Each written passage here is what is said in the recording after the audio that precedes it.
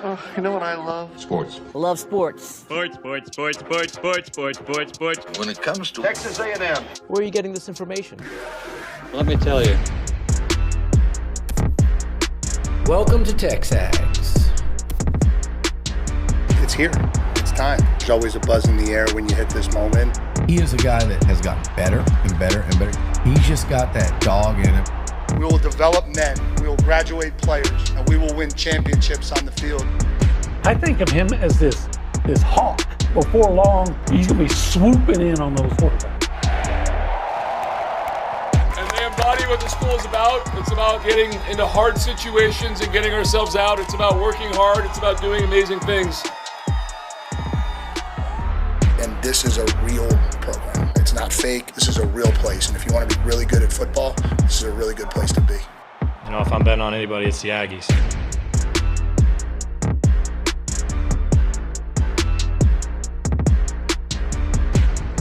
Well, hello, buddy. How are you? Doing well. David, how are you? I'm good. Good. Ready to get to this SEC baseball tournament. Hopefully the Ags can, I mean, obviously I'd like for them to win it all, but get a win, you know, and just hopefully get that top 8 national seed, which is still the vibe, you know, from D1 baseball and others around. Most people still have them as a top 8 seed. But when you're number 8, you may not be number 8, right? Like there may be some other parameters in play there. Maybe that'll be number 7. Hopefully so. Yeah. So what's, I don't know if you got to see Coach Elko yesterday, but he was in San Antonio for the coaches' night, and he had some cool comments, and thought I'd start things off with one of these. He says, we sat here last year saying we don't have enough defensive tackles, and all of a sudden, Tyler Onyedem gets drafted, and Cassius Howell wins the SEC Defensive Player of the Year. We have talented players in our group, in our program, who can step up and play. Isn't that the fact, though? Like a year ago, we weren't sure about certain areas. We were sure about the offensive line. We weren't sure about Marcel. We felt good about Marcel, but we weren't sure. Okay? And I think some people are still that way with him right now. We were pretty sure about the offensive line. We felt the wide receivers are going to be good. Mm-hmm. I don't know if we thought they were going to be as good as what they became to be, right? Did you expect for both Mario and Casey to be the level of player that they were?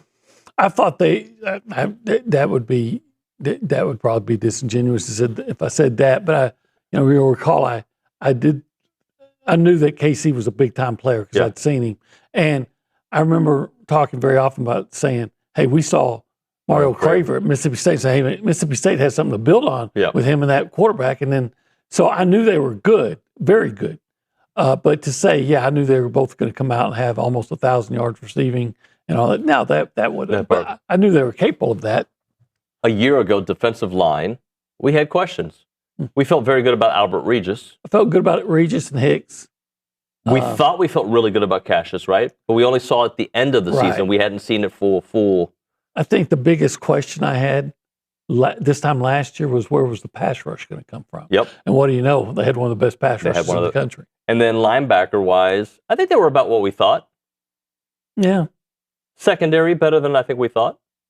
Not from a interception standpoint, but they were good.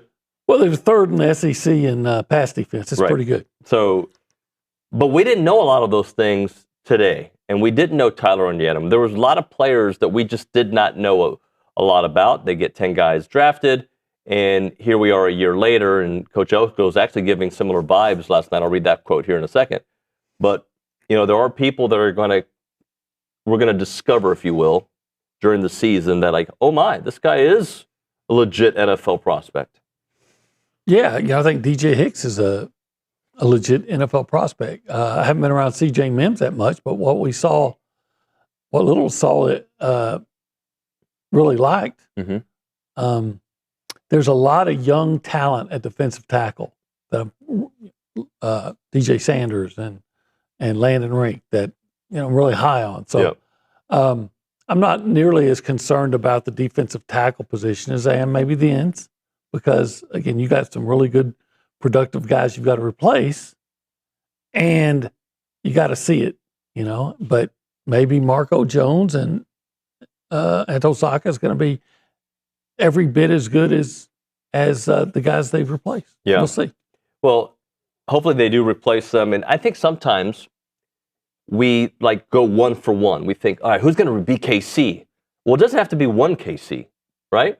It could be multiple guys. If Aaron Gregory, the freshman, and Isaiah Horton and ABR takes a step, and Mario is healthy all season long. Now we're talking about replacing just Casey Concepcion. Now we're talking about potentially a little bit more production than we had a year ago, if people live up to what we hope them to be, and young players take a step up. Yeah, for the most part, A&M's receiving game was the production came from 3 people, and you could even argue 2 because Ashton Bethel-Roman came on late. Second half of the year, yeah. And he was really good in the second half of the year, but he came on late. So it was,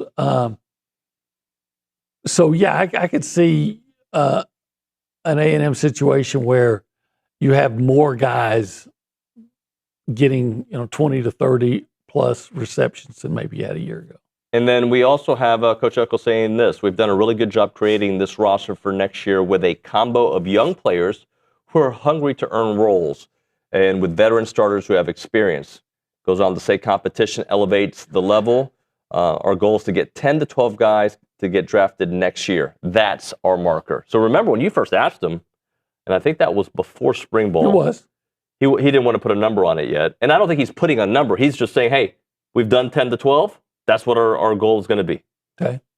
No, I just figured that you knew the guys that are already on your roster, and you did some scouting on the guys that you brought in.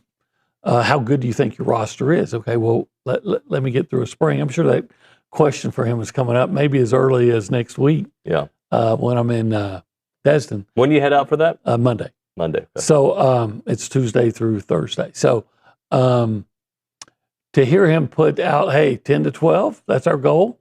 I don't think he would say that if he didn't feel like it was realistic. That's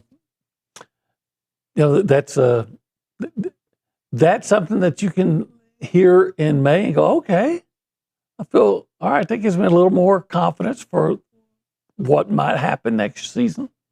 What do you think the big talking point is going to be next week in Destin? Oh, probably the playoff and how it'll affect an expanded playoff. How will it affect the SEC regular season and so on and so forth? So why do you do you think the SEC has any buyer's remorse for going to a 9-game SEC schedule if the plan from the rest of the conferences was to keep expanding the playoffs? Because it really helps everybody else.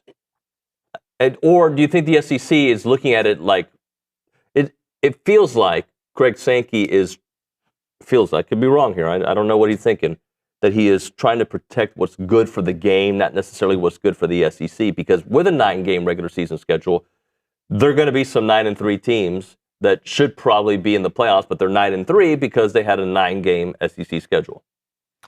That's a good question. I don't know if there's buyer's remorse. I think what you're going to see, I'm guessing, is, and this will be a question for Trev Alpers when I see him there.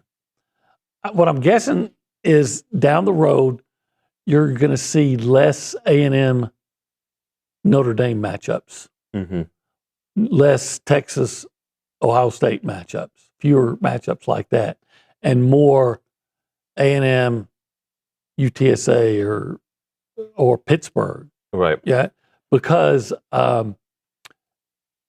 we talked about A&M's schedule last year, and it wasn't that tough and all this. Well, of course we know that's not true. But you take those 8 SEC games and put Notre Dame in there. It's the same as a 9-game SEC schedule, right? Right, and in fact, maybe harder, depending on who that 9th SEC opponent you get. If it's Kentucky, which A&M plays this year, it changes from year to year. But I'm kind of going out on a limb and say I think Notre Dame's better than Kentucky. Yeah. So did your schedule get tougher because you went to 9 games and dropped Notre Dame? Good point. Very good point. Hey, this is TexAgs Live. Yeah, it's brought to you by David Gardner's Jewelers. I did not know that. Yeah. But I did know we're in the Rollo Insurance Studio. Yeah, Jason, Jackson, Keith, Morgan. The boys. The boys. The girls. All of them.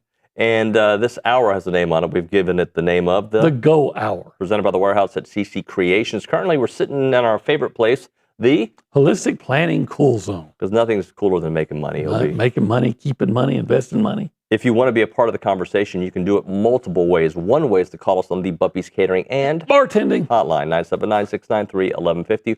Or you can text us on the Catalyst Pure Performance Energy text line, 979-693-1150. Let's go around the room. We go left to right. We go behind the glass. And holy smokes, Reese Nygren.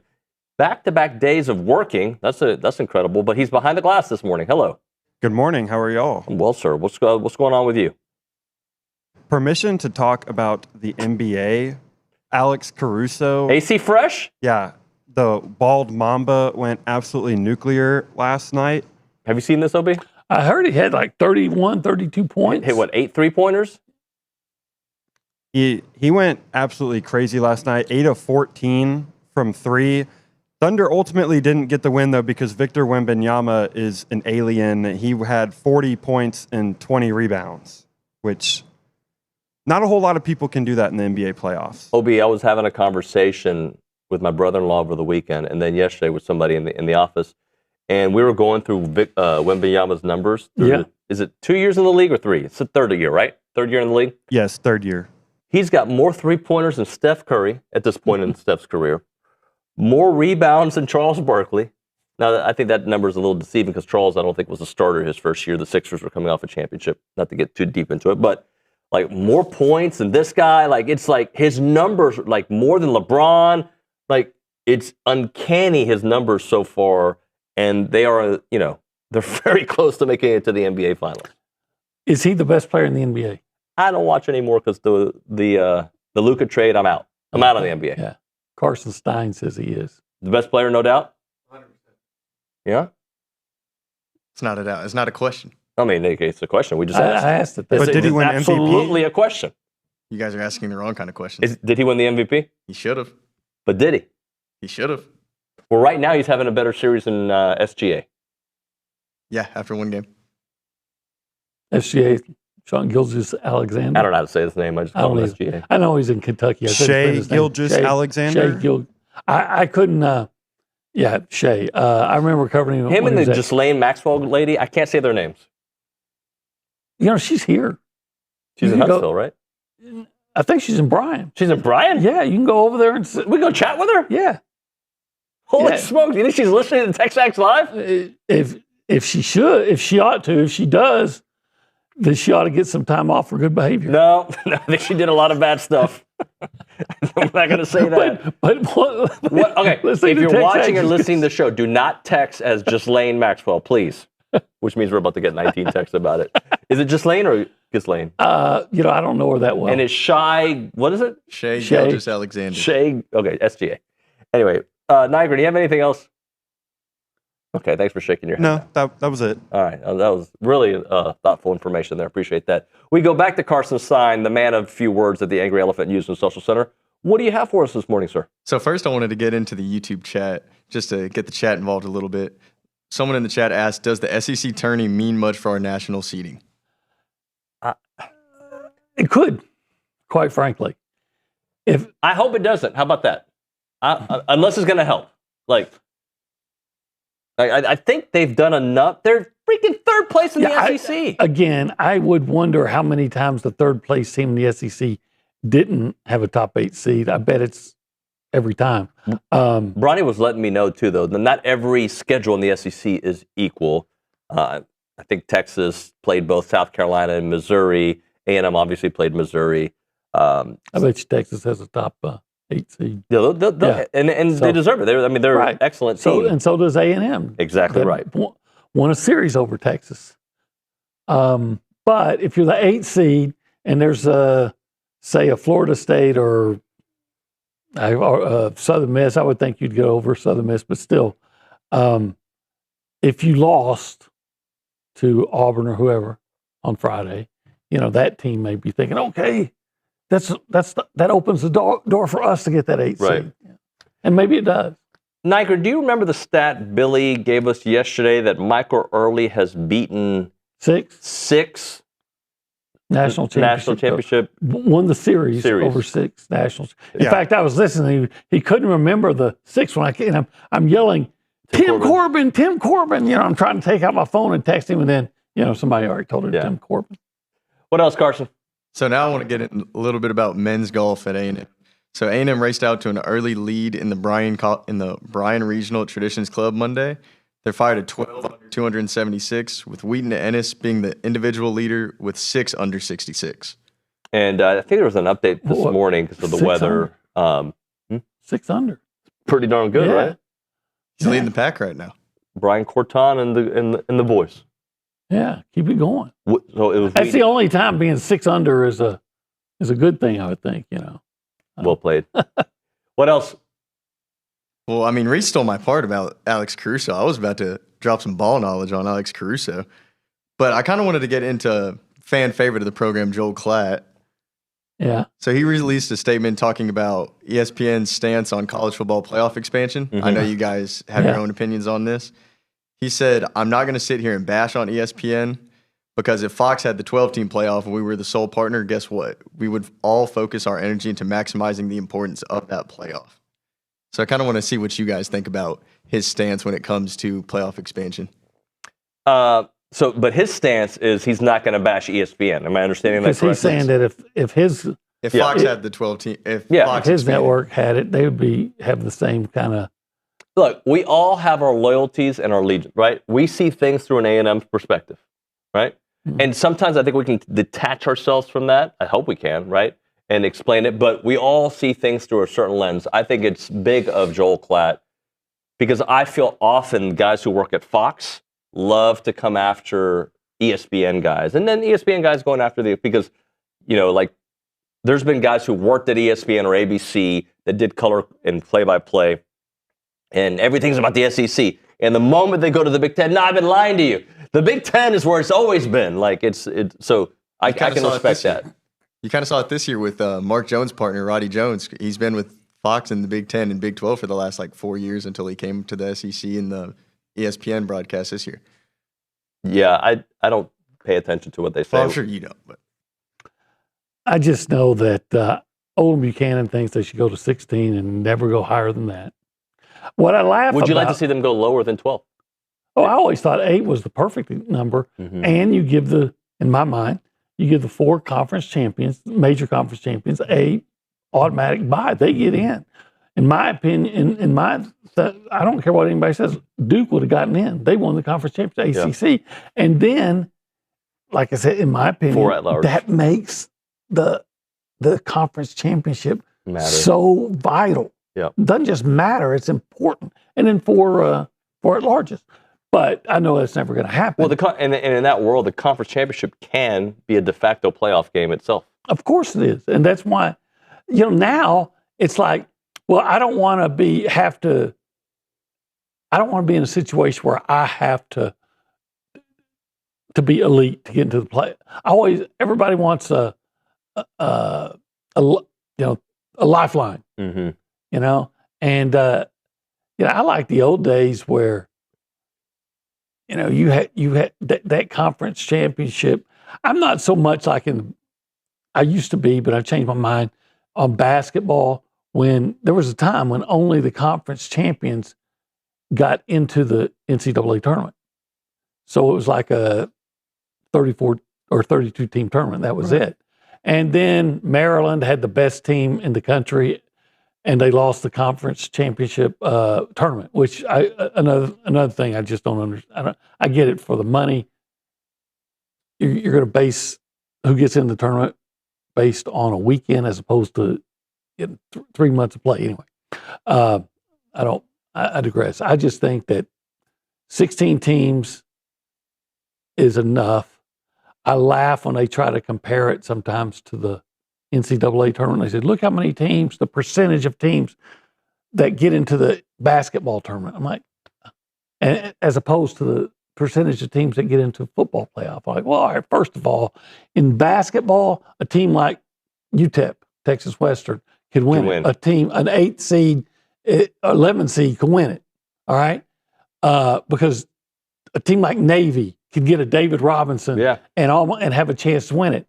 in football, there are entire conferences that can't win it, right? Yeah. If you could get a team from the Missouri Valley Conference and have a chance to win it. And you see teams like George Mason make a run, in football, those teams, entire conferences can't win it. Well, and also you can play multiple games in basketball in a week, right, and get more games in. Football, you cannot do that. All right, let's hit a break. Let's see, 1775. I want you to pick a food item from 1775 that you haven't given enough support for. I think it's turkey. I don't think you've given enough. That's what I was going to say. Yeah. The turkey is really, really good. We'll get that sampler, and by the time I get to the turkey, I'm like, man, this is really good. Yeah, well, I could see making that your entree. You know, if that's the only thing you were going to get the turkey. It's moist. It has that great smoky flavor. I mean, it's excellent. Like if I went there and I got there a little bit late, which I often do, you know, because they go 11 until they sell out, and the succulent brisket was gone, and those amazing pork ribs were gone, and the jalapeno cheese sausage was gone, but we still have some turkey. I could say, you know what? I win. But I do. Give me the turkey, and I'm not going to be mad. I'm not going to feel like I wasted a trip. I feel like, hey, I drove down here, not that far, just a couple miles past Eastwood Airport on the left, on the way to Snook, and I would get that turkey, and I'd say, worth the trip. Yeah. See, finally, you give turkey the respect it deserves. Turkey does. I respect turkey. I respect Greece. I respect Cyprus. All those countries out there. But I mainly respect the turkey that I get at 1775. 1775, txbbq.com, 979-492-6241. It is 1775. It's good.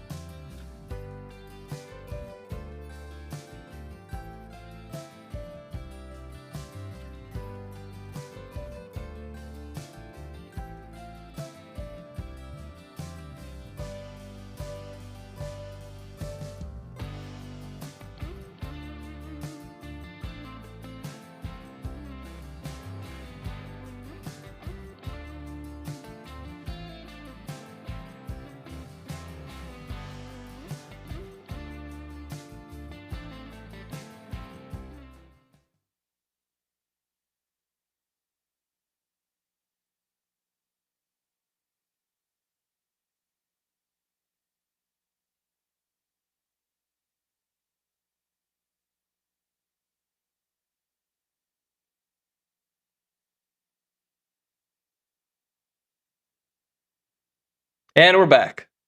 It is TexAgs Live. We are presented by David Gardner's Jewelers. We are in the Rollo Insurance Studio. It is the Go Hour presented by the Warehouse at CC Creations. OB, it's time for that weekly segment that we call the Knockout Performer of the Week, brought to you by TKO Equipment. Rent, sell, lease, or rent to buy TKO Equipment, which is your trusted source for used and heavy equipment. Lowest hanging fruit will go to you. Well, first of all, the lowest hanging fruit should be somebody involved in the tennis team. That's what I got on my first thing here. But I got to admit, I didn't watch it. I didn't see it. So understanding that you or Carson over there has a better answer than just the tennis team. Well, you can say the Dreamweaver himself. The Dreamweaver himself. Mark Weaver. For putting together that team that won another national championship. He will be in studio today. The Dreamweaver in studio. He should be able to go anywhere he wants to. Darya Smenenikov, gosh, I hope I said that correctly, was named the NCAA Championship Most Outstanding Player, joined on the all-tournament team by Luciano Perez, Kupris, Reed, and Martinez. All right. So there you go. Mamenikov. Just a minute, I got a cough.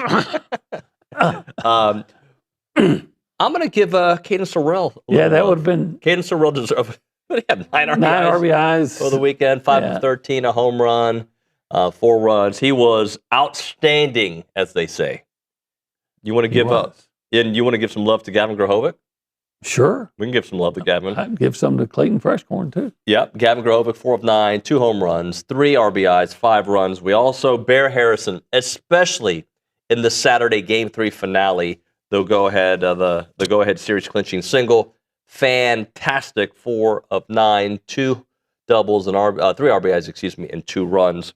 Let's see. I did give Ethan Darden some love because the comeback, right? Yeah. He had a bad Thursday game, comes back a couple days later, and is excellent, sets the tone. 3 innings, 4 hits, 1 run, 1 walk, 1 strikeout. And Clayton Freshcorn was good, then comes and pitches again and gives up the home run, and then settles down and closes it out. But he also, the day before, had the save, 3 innings, 52 pitches. Right. Typically, I don't think they like to throw in 3 innings, right? Usually it would come in on the 8th. But he's been recently, if you've noticed, the last 3-4 weeks, he'll have one day he has 5 innings. He'll have a quick save. He has the 3 innings. Carson, do you have anybody else you want to nominate for our Performer of the Week, thanks to TKO Equipment? I mean, for me, it's still early, but I'm still kind of on that men's golf train when it comes to Wheaton Ennis and the whole men's golf team, setting the tone yesterday and hopefully able to follow through with the next couple of days of play. Wheaton Ellison. Ennis. Yeah. Wheaton Ennis. Yeah. Huh. Wheaton. I don't think I've ever heard that name, Wheaton. Yeah, well, he's a stud. Well, obviously he's 6 He knows how under. to play some golf. He does know how to play some golf. And since you didn't get to talk about your beloved basketball in the first segment as much as you wanted to, can we give Alex Caruso a little love? I would love to give Alex Caruso because it is the Performer of the Week, and his team lost, but he performed. He had his career night in the playoffs, guarding the best player in the world. Sure, they lost in double overtime, but it wasn't because of Alex Caruso. AC Fresh, 8 of 13, was it? 8 of 14 from 8 of 14 for the 3-point on 11 of 19. I don't think he ever hit 8 3-pointers. It'd probably take him 3 games when he was playing at A&M to hit 8 3-pointers. If we went to the park right now, how many 3-point shots would it take for you to hit 8? Probably 100. Yeah, I think I'd be at the same thing. Probably. Stein? I'll say 50 for me. I think I could. Can you hoop? Not like I used to. And Well, I mean, I couldn't. I used to not be able to hoop. I haven't shot a basketball outside of the pop shot out there. But I haven't. And is this Quinn? Oh gosh, it's probably his junior year in high school when he stopped playing. Yeah. And then we stopped going one-on-one and things like that. You know, you have to do it because you're the dad, and he'd just wear me out. But I'd come out there, shoot the 3-pointers, because I was tired. I didn't want to have to try to. So we're talking about at least 6 years, probably since I've even attempted a real basketball shot. I think it's been. Cade, when did we play? 3 years ago? I think this last 2 years ago, maybe, since I last took a shot. Yeah. Because all I do is play. Well, I took a shot last weekend in Baton Rouge. A shot of what? Tequila. Okay. You sound like a tequila guy. Bunch of, I'm hanging around and think about the people I'm hanging out with. Well, yeah. I guess this is a great segue. Good thing you didn't drive because you would need good insurance. Rollo Insurance is the place to go when you need insurance. They're the official insurance provider of TexAgs Live. The difference is real. They've got 60 offices across Texas, so whether it's home, auto, business, or ranch insurance, you start a relationship with an expert who puts you first. Your agent becomes familiar with your specific situation, and they provide an awesome plan that others cannot match. And my guy is Morgan with Rollo Insurance. He knows all my situation. And we go get lunch all the time. We go chalk Aggie sports. But that's how they are at Rollo Insurance. They become part of your friend group, and definitely they want to make sure that you know that is the Rollo difference. Check out the website, rolloinsurance.com/TexAgs. 888-44-ROLLO. That is 888-44-ROLLO. It's Rollo Insurance.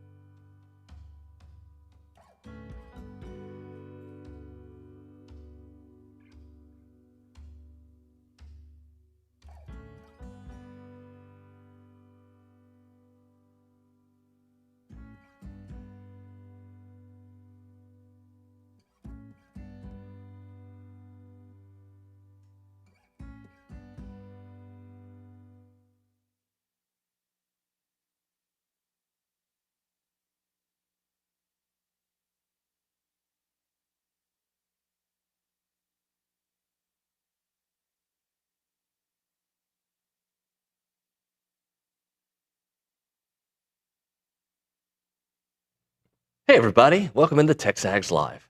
We are presented by David Gardner's Jewelers. We are in the Rollo Insurance Studio. It is still the Go Hour, presented by the Warehouse at CC Creations, working on getting Charean Williams on the Buppies Catering and Bartending Hotline. One of the things, she's on line 2. I'm already looking at it. Line 2 sometimes is a death sentence for a phone call. So let's see how this goes. We're going to go straight to the Buppies Catering and Bartending Hotline, joined by Charean Williams from Pro Football Talk, the Aggie Hall of Famer, our dear friend. Charean, good morning. Hey, there you are.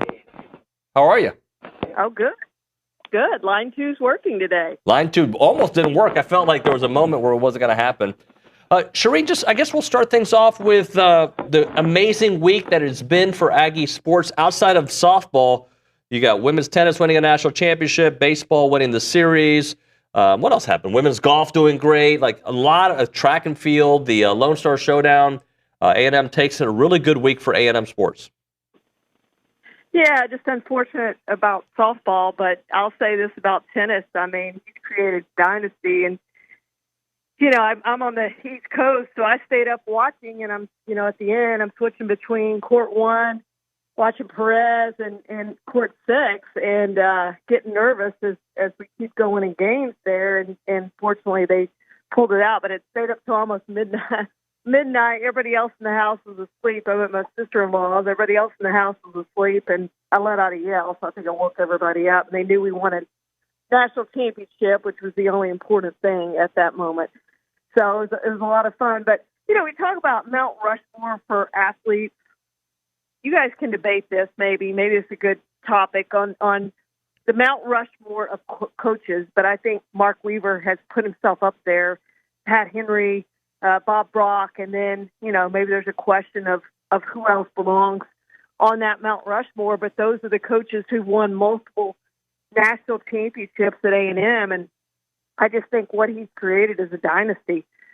He's getting the players that he wants because of the way he coaches and the fact that they win, and this was not his most talented team, and I think that speaks to a lot to the way he coached this season. And got this team to the championship. They should have lost to Georgia and probably should have lost to Auburn, and they got it done. And so just a gritty performance in back-to-back matches. I didn't make it through the Georgia match. It was 3-2. We were down when I went to bed, and it was nice to wake up to a bunch of texts and look and see how we won that match and a gritty performance for Perez. But it was just great. It was a lot of fun, and baseball was fun, especially that last game to see how they won.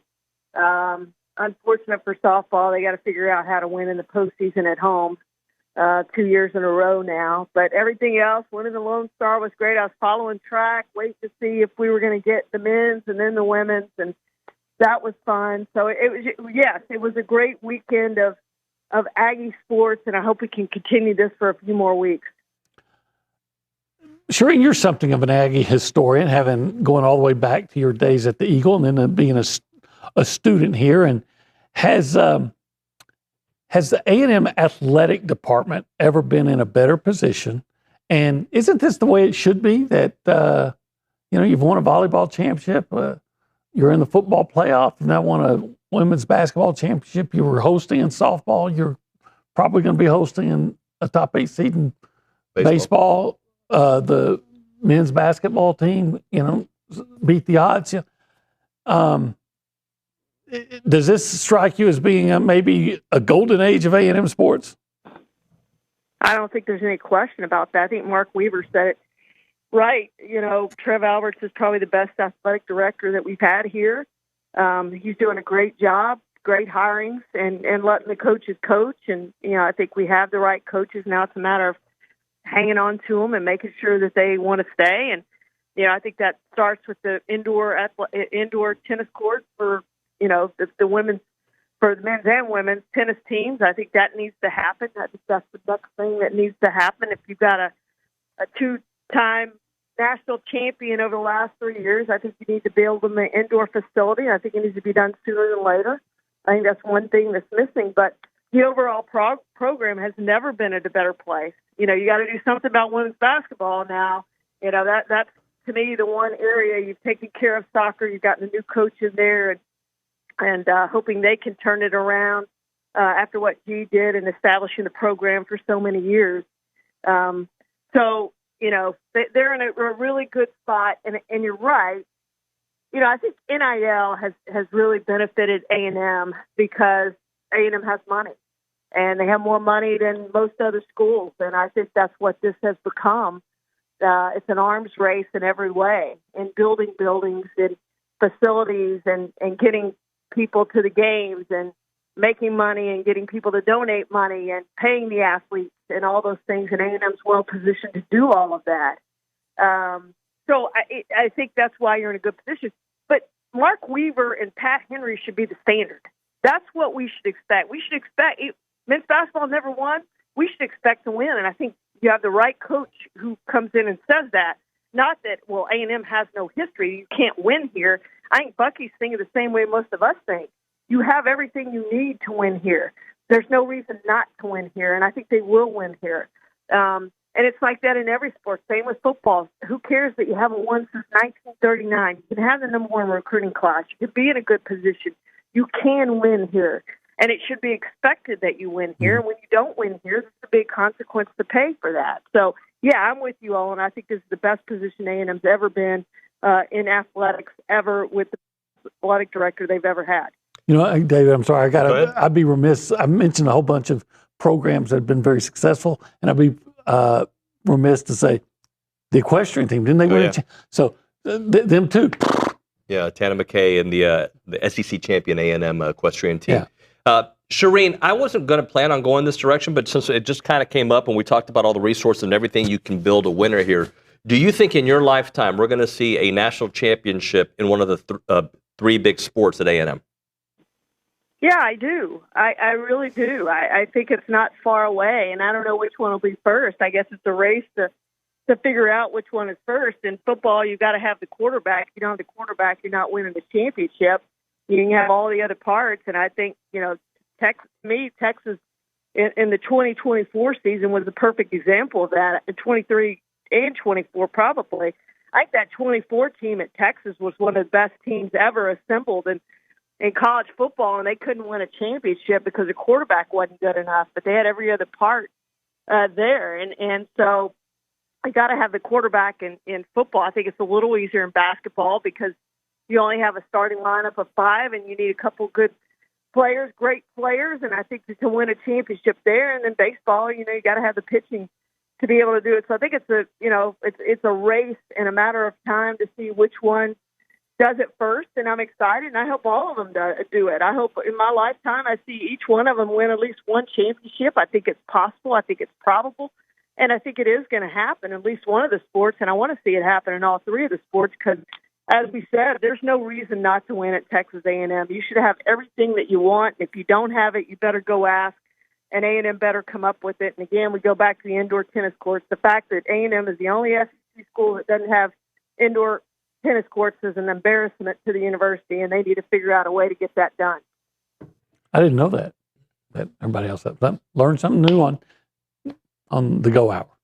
Hey, Charean, before I let you go, the Brendan Sorsby situation, their Texas Tech is filing an injunction against the NCAA. And I think if I saw this correctly, the judge, there's a photo of him doing a Reckham sign or whatever that they picked for it, which of course is the case. Obviously, whoever you root for, you see it through that perspective. If it was an A&M player, I'd probably be thinking, hey, he should play because this and that. But do you think Sorsby's going to be able to play this year? Well, first, I think the judge recused himself, and I actually think it's an Aggie who went to Baylor Law School who now is the judge in the case. Don't quote me on that, but I'm pretty sure that's the case. But, yeah, I think that he has to serve a penalty for that. I still don't think he ever plays again. I don't know. We'll see how this is going to play out. But I just think you have to pay a penalty for what you did. You can't bet on your own team. You can't bet on college football when you're playing college football. If there's no penalty to play, we're going to be in some really hard times. They're going to have players all over the country betting on their team, perhaps betting against their team, perhaps throwing games and all of that. So you got to have some consequence to this, and I think there's going to be consequence to this. I think highly doubt that he's going to win his case, and I would be surprised if he does. I would be disappointed if he does. There has to be a price to pay, and the price to pay should be he should never play football again, ever. And I think that would send a strong message to everybody else who's in any sport that if you do this, you're risking your future and risking a lot of money, too, because he's going to give up a lot of money if he never plays again. Wow. What are the odds do you think that he plays again? And would he take those odds? Look, I don't know the young man. I don't know that situation. I don't think if you bet on your team, you should be able to play. Well, I don't think if you bet on the sport, you should be able to play. But if you bet on, like, say, basketball, then I don't see the problem. Yeah, I don't have a problem with price picks. Like if he's doing that with others. But if I understood it correctly, he was betting on Indiana when he was at Indiana. So that to me that should be a no-go. Charean, great stuff as always. Thank you so much. Thank you, guys. All right, that's the great Charean Williams there on the Buppy's Catering and Bartending Hotline. We're going to hit a break. When we come back, I want us for a moment to chew on this. Fits. It's kind of crazy that our golden age of sports doesn't involve a single trophy from the big three sports. I want to talk about that and just kind of chew on that for a moment because he's on to something, but I also think we see what's trending. And maybe that's where the golden age, I hope we're in the golden age. I hope that more success is coming, but we'll do that on the other side right now. We're talking Heritage Films. There's recording family stories, and then there's doing it the way Heritage Films does it with their awesome division of farm and ranch films and also the way they do your family's documentaries. Army veteran Chance McClain doesn't just interview people. He immerses himself in your life and in your world. So whether it's timber farming in Oregon or cattle ranches in Texas, they will tell that story in the best possible way in a 2-hour documentary. Your father's story, we can tell it, your grandmother's story, you name it. And to our TexAgs audience, this exists because of you. Your values, your traditions, your commitment inspire this service that captures the essence of your family. What you need to do is check out yourheritagefilm.com. Yourheritagefilm.com and click on the Farm and Ranch Film part of the website or just call Chance McClain up at 713-893-8341, 713-893-8341. It is Heritage Films.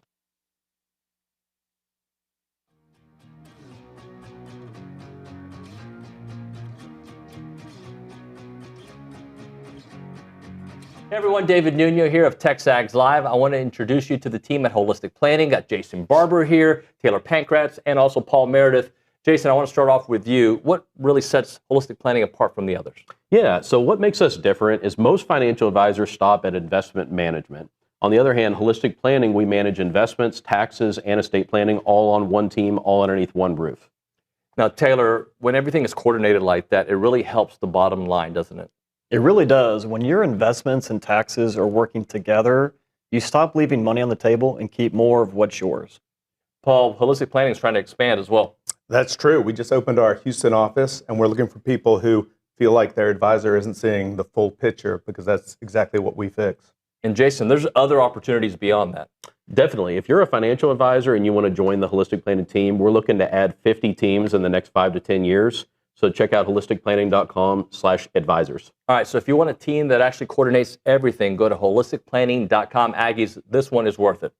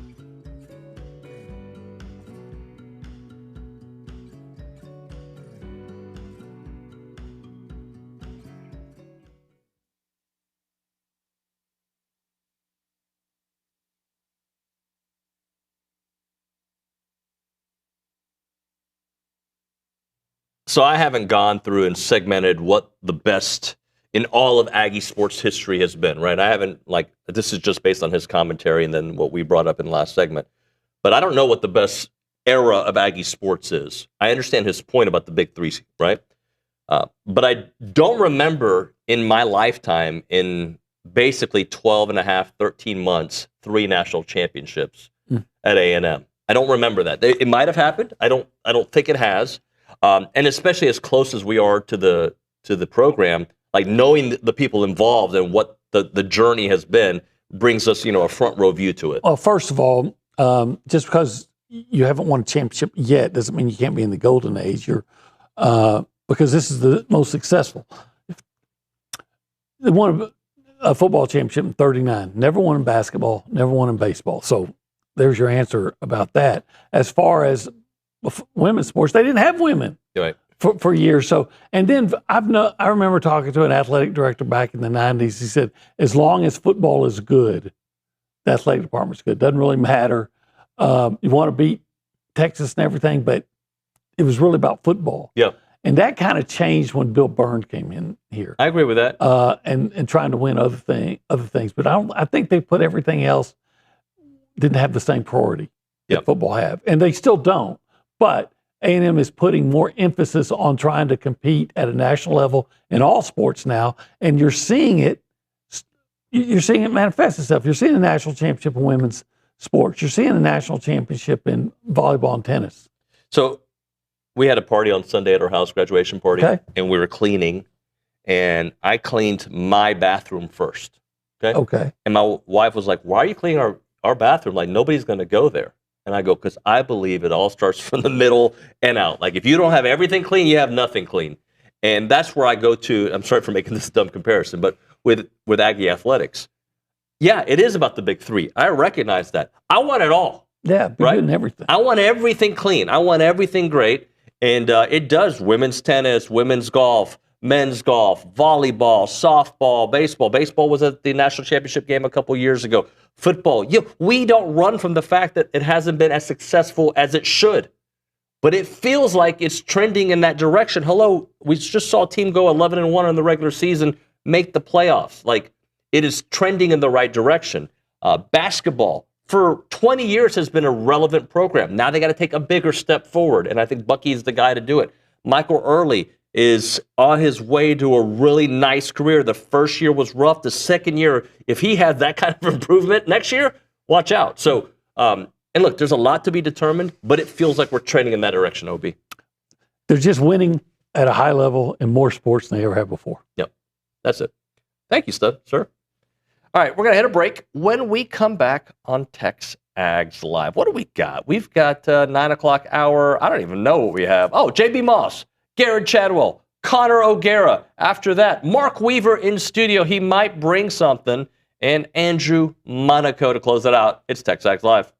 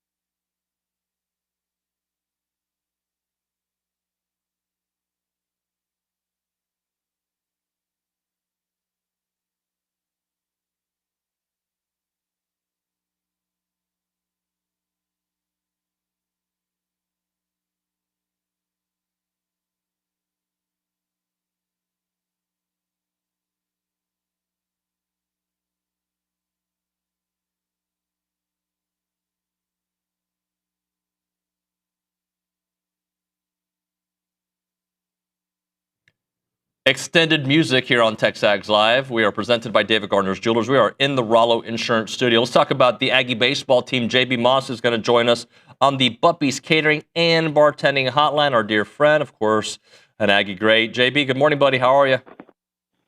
David, how we doing? Everything's good. Things are way better right now after that series, man. Like, I feel good. Anytime you can stop the bleeding and have a weekend, I think it makes it more special to me, JB, and tell me if I'm wrong here or if I'm right. With all the adversity that I think they faced this weekend, with all the injuries, the pitching staff being thin, figuring out who's going to start game 1, game 3, Ethan, like, it just, all of it made this weekend, I think, a little bit more sweet.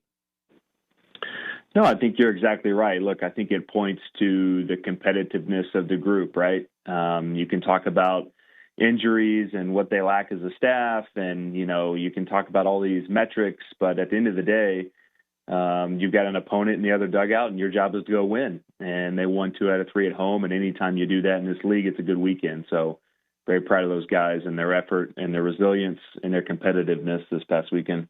So the fact that Aiden Sims didn't pitch, like, to me, that's so key for finding a way to win. And yesterday on the show, Coach Early, I mean, I wouldn't be surprised if we see Aiden Sims after the SEC tournament. Yeah, no, I think that's a good point, David. I think I more than anyone can kind of get in this line of thinking where I think we need way more pitching than we actually do.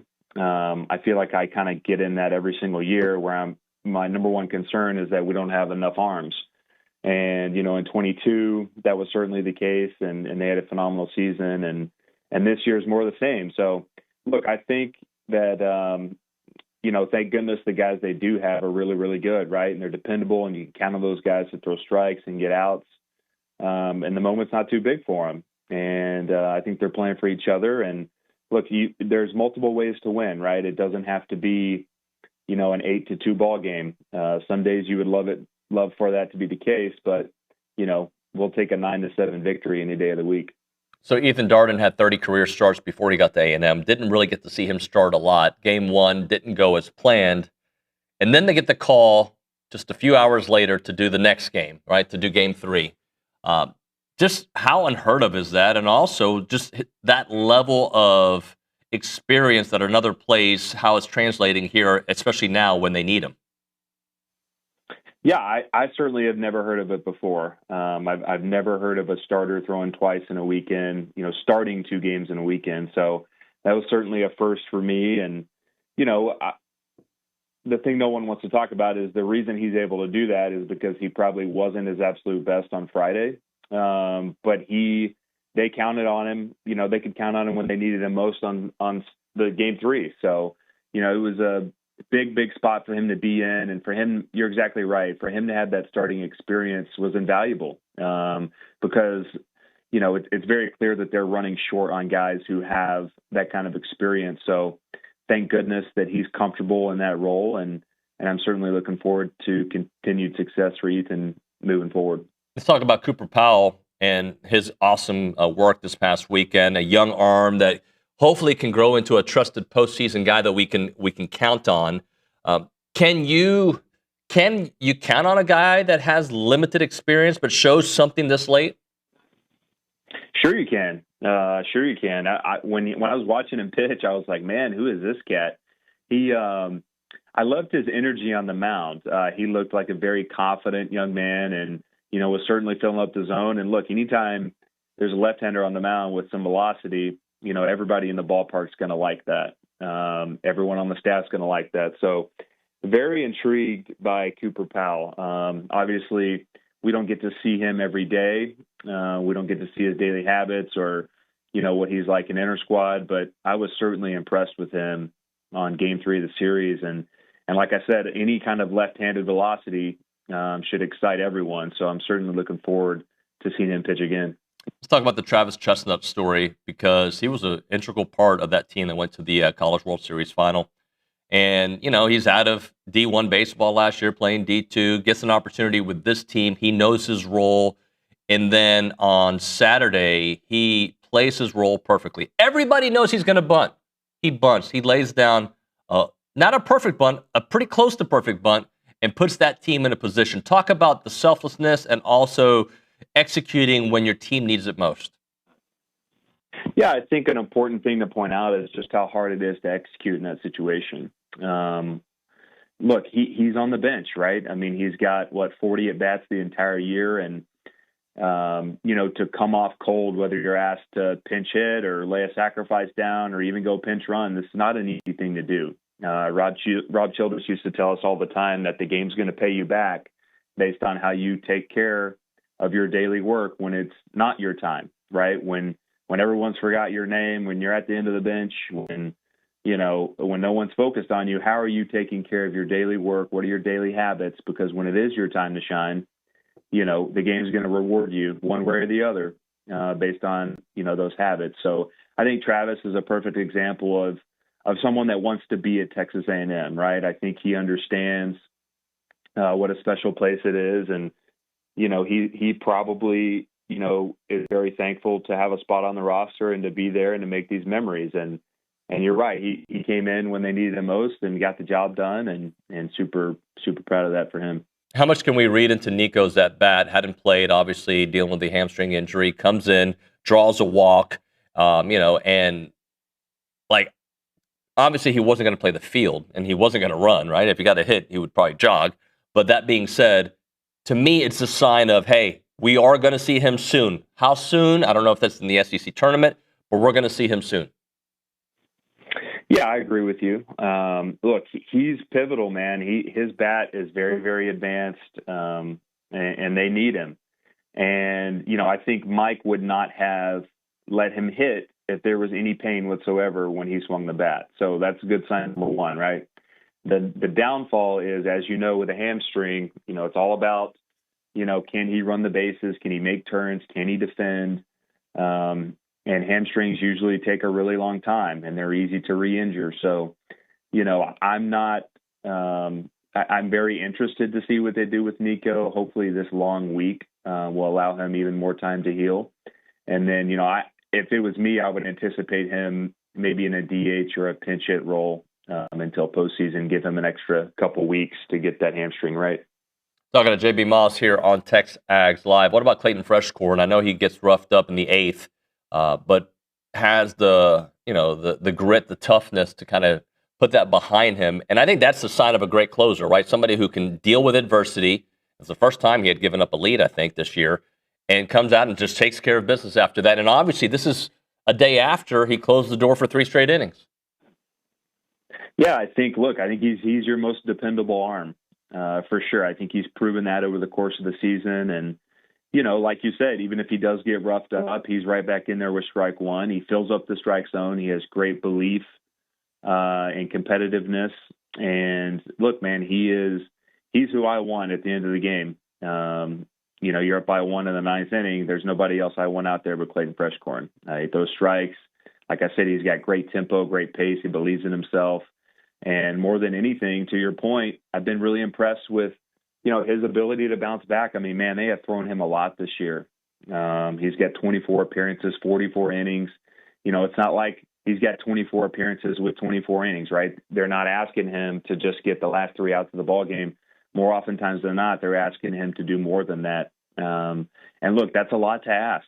And it's a lot to ask at the end of the ball game when the stakes are the highest and every pitch means the most. So he's been the MVP on the mound, bar none. And his progression from last year to this year has been super impressive. And, I think credit goes to him and to JK for, his development. It's been awesome to see.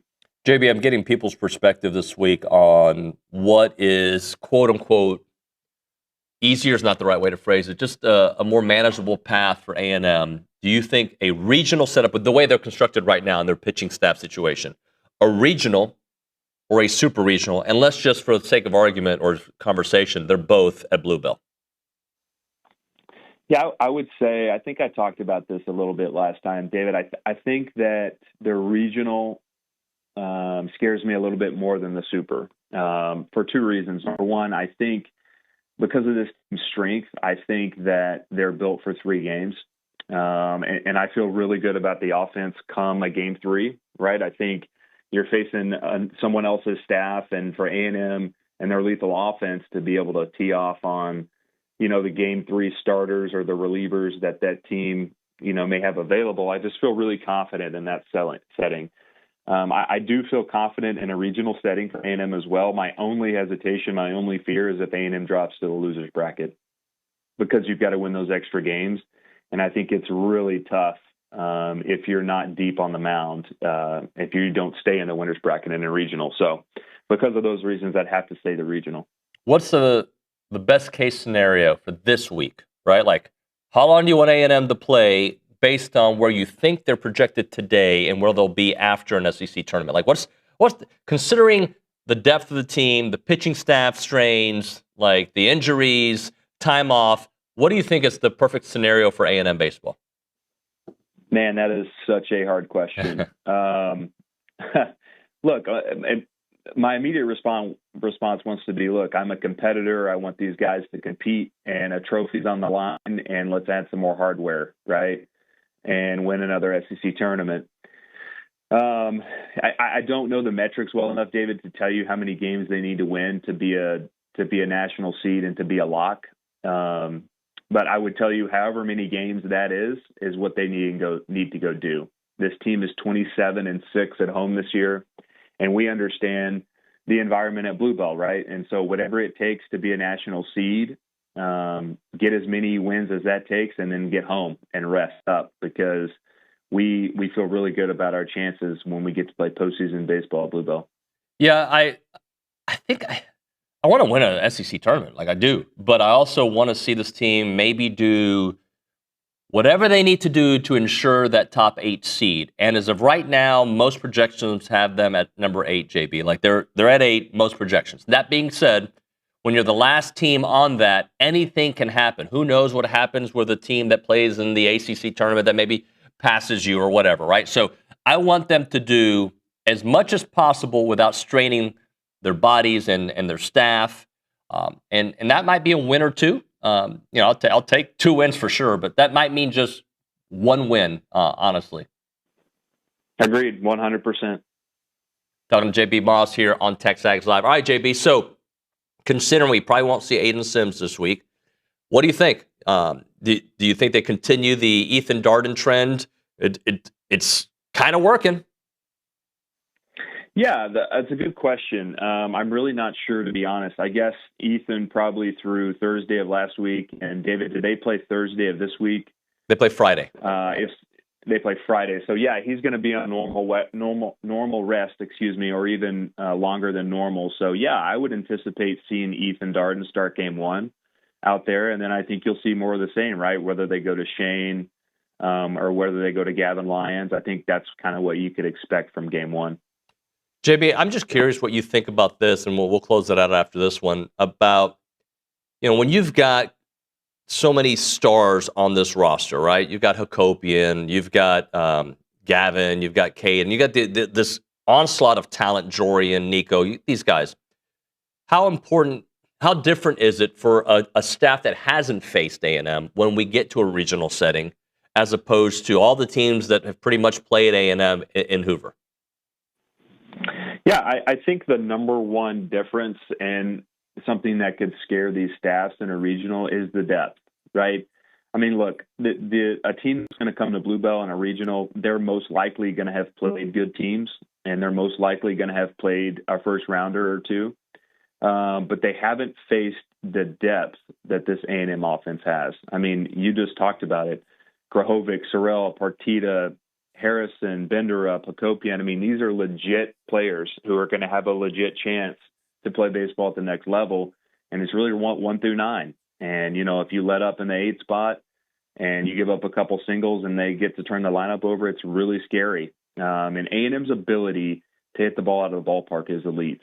And, a walk and a single can turn into a 3-run home run really quickly. And A&M can do that a couple times, and then they can start getting away from you. So I just think that the depth 1 through 9 is going to be the separating factor in what these teams haven't seen so far. JB, as I let you go, I know you bleed maroon. How much have you been paying attention to what's happening around with all the sports, right? Women's tennis wins another national championship. You know about volleyball. A&M football had a great year. Baseball seems to be on the way back. Softball ended a little prematurely, but had a really nice regular season. When you look at women's golf, men's golf, there are all these things that are going on. How proud of you of what A&M Athletics is doing right now? Yeah, super, super proud. For sure, I've been keeping up with it. And look, the women's tennis team to have 2 national championships in 3 years, I don't care what sport you're talking about, that is absolutely elite production, and couldn't be more proud of those girls. And look, I think that, whether it be the winter sports or the spring sports, I think that we deserve this.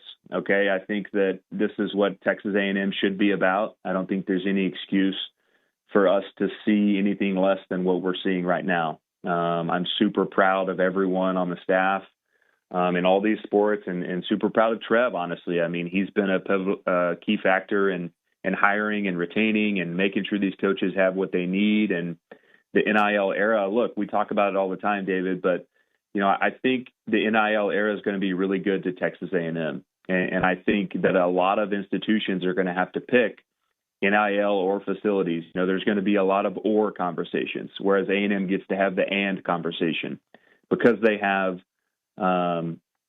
such donor support and former students and all those things. A&M is just a really special place. And I think we're finally starting to see what we have deserved for so long. That is JB Miles here on TexAgs Live. JB, appreciate your time, buddy. We'll talk to you soon. Sounds good, David. Have a great day. You too. Our buddy JB Miles here on the Bubby's Catering and Bartending Hotline. We'll hit a break. When we come back on the other side, we're going to talk to Gerrod Chadwell. Women's golf is rolling. We'll talk to them before they head out to Carlsbad. But right now, we're talking Caldwell Country Chevrolet. You know that your trading's got value. And at Caldwell Country Chevrolet, they're ready to put that equity to work for you. So if you got a vehicle that you've been thinking about maybe moving on from, or you're just interested in testing the water to see what they have, take that vehicle to Caldwell Country Chevrolet, have them take a look at it and see what the equity is worth, and then apply it to a new vehicle. Caldwell Country Chevrolet is going to take great care of you. Bring in what you have and let their experienced sales team show you what it's worth. They have a decade or more than a decade. They have several decades worth of combined experience, and they know how to structure a deal to make sense for you. No games, no gimmicks, just good old people giving you good value on your vehicle. It's about a 15-minute drive, the edge of Bryan, to the beginnings of Caldwell. A short conversation away, but you'll see the difference when you step on the lot and do business with the good people at Caldwell Country Chevrolet. Highway 21 in Caldwell, online, caldwellcountrychevrolet.com.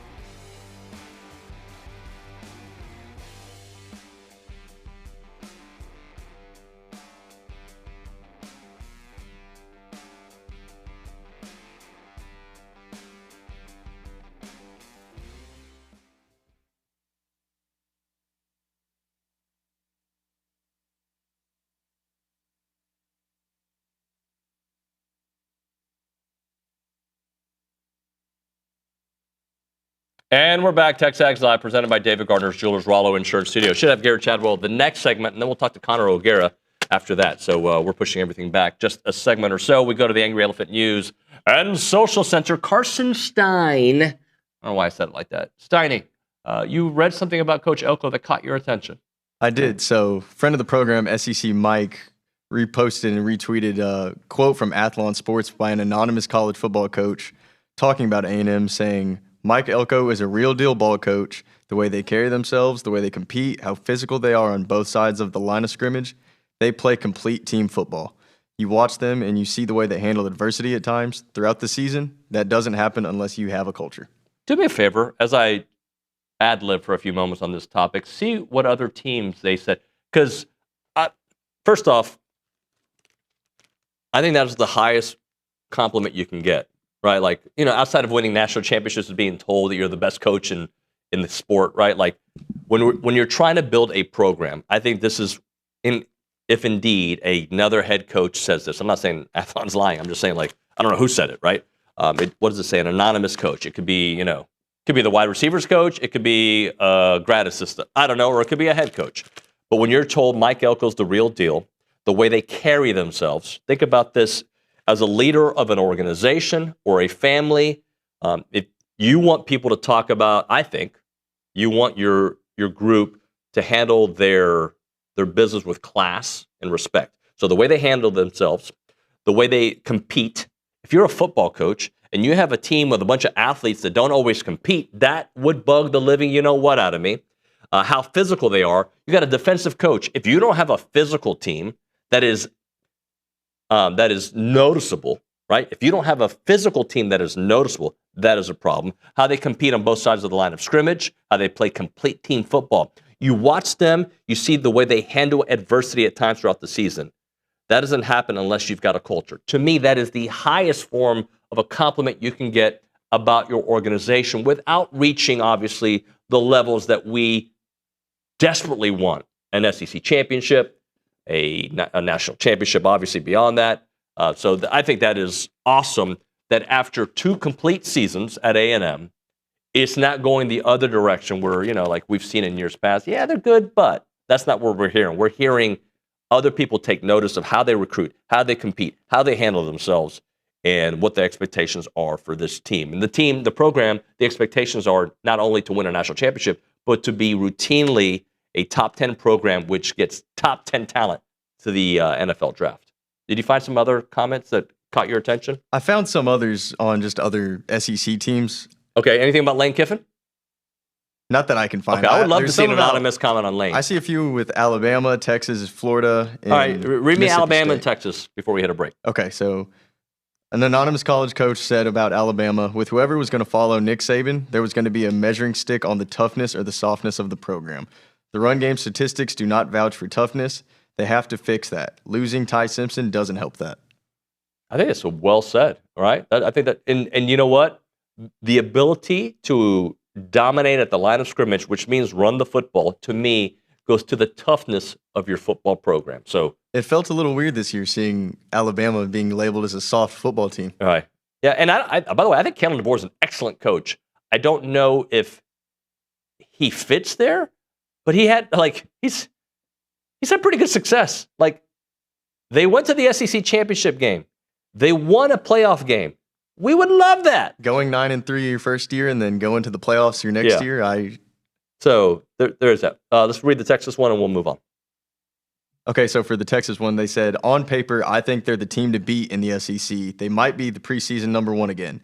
Arch Manning is going to be just fine. I think he did such a good job of managing it, but he was put in a tough situation. It was literally Heisman or bust situation for a kid who hadn't played yet. But he's super talented. He does everything right. He prepares hard. He'll be just fine. I'm looking for paper. Let's see if I can find some paper. Paper. Here we go. On paper. By the way, I think everything he said is correct. I mean, on paper, they are amazing, but on paper only means so much, right? And that goes for everybody, for A&M too, right? Like, it only means so much. This is a big year for Sark. And I don't think they have to win a national championship big year. Like, I'm not saying that. I just think for the perception of ascending, right, they've got to have a big year. For Coach Elko, it's a big year to back it up, right? 2 years. I think Sark needs to prove that last year, even though they finished very strong, that last year was a down year for Texas, not the standard that they expect to have. And they do have an extremely hard schedule, but it's just on paper for right now. And on paper, they do have a lot of talent. Game's not played on paper. No, I was going to tear one of my spots, but I was like, it's in plastic, so no. If you're looking for real peace of mind when it comes to your money, check out Aggie-owned Paragon Financial Advisors. They're an independent fiduciary, and they serve clients all across Texas. They have no sales pitches, no commissions, just honest financial planning and investment management. And what sets them apart is the 9 CFPs, the CFA, and the CPA all on staff. They take their credentials seriously, and they work tirelessly to help you build a future that you can feel good about. Go to paragon-adv.com or give them a call, 979-693-3907, to schedule your free consultation today. It is Paragon Financial Advisors, integrity, expertise, and trust. Paragon Financial Advisors.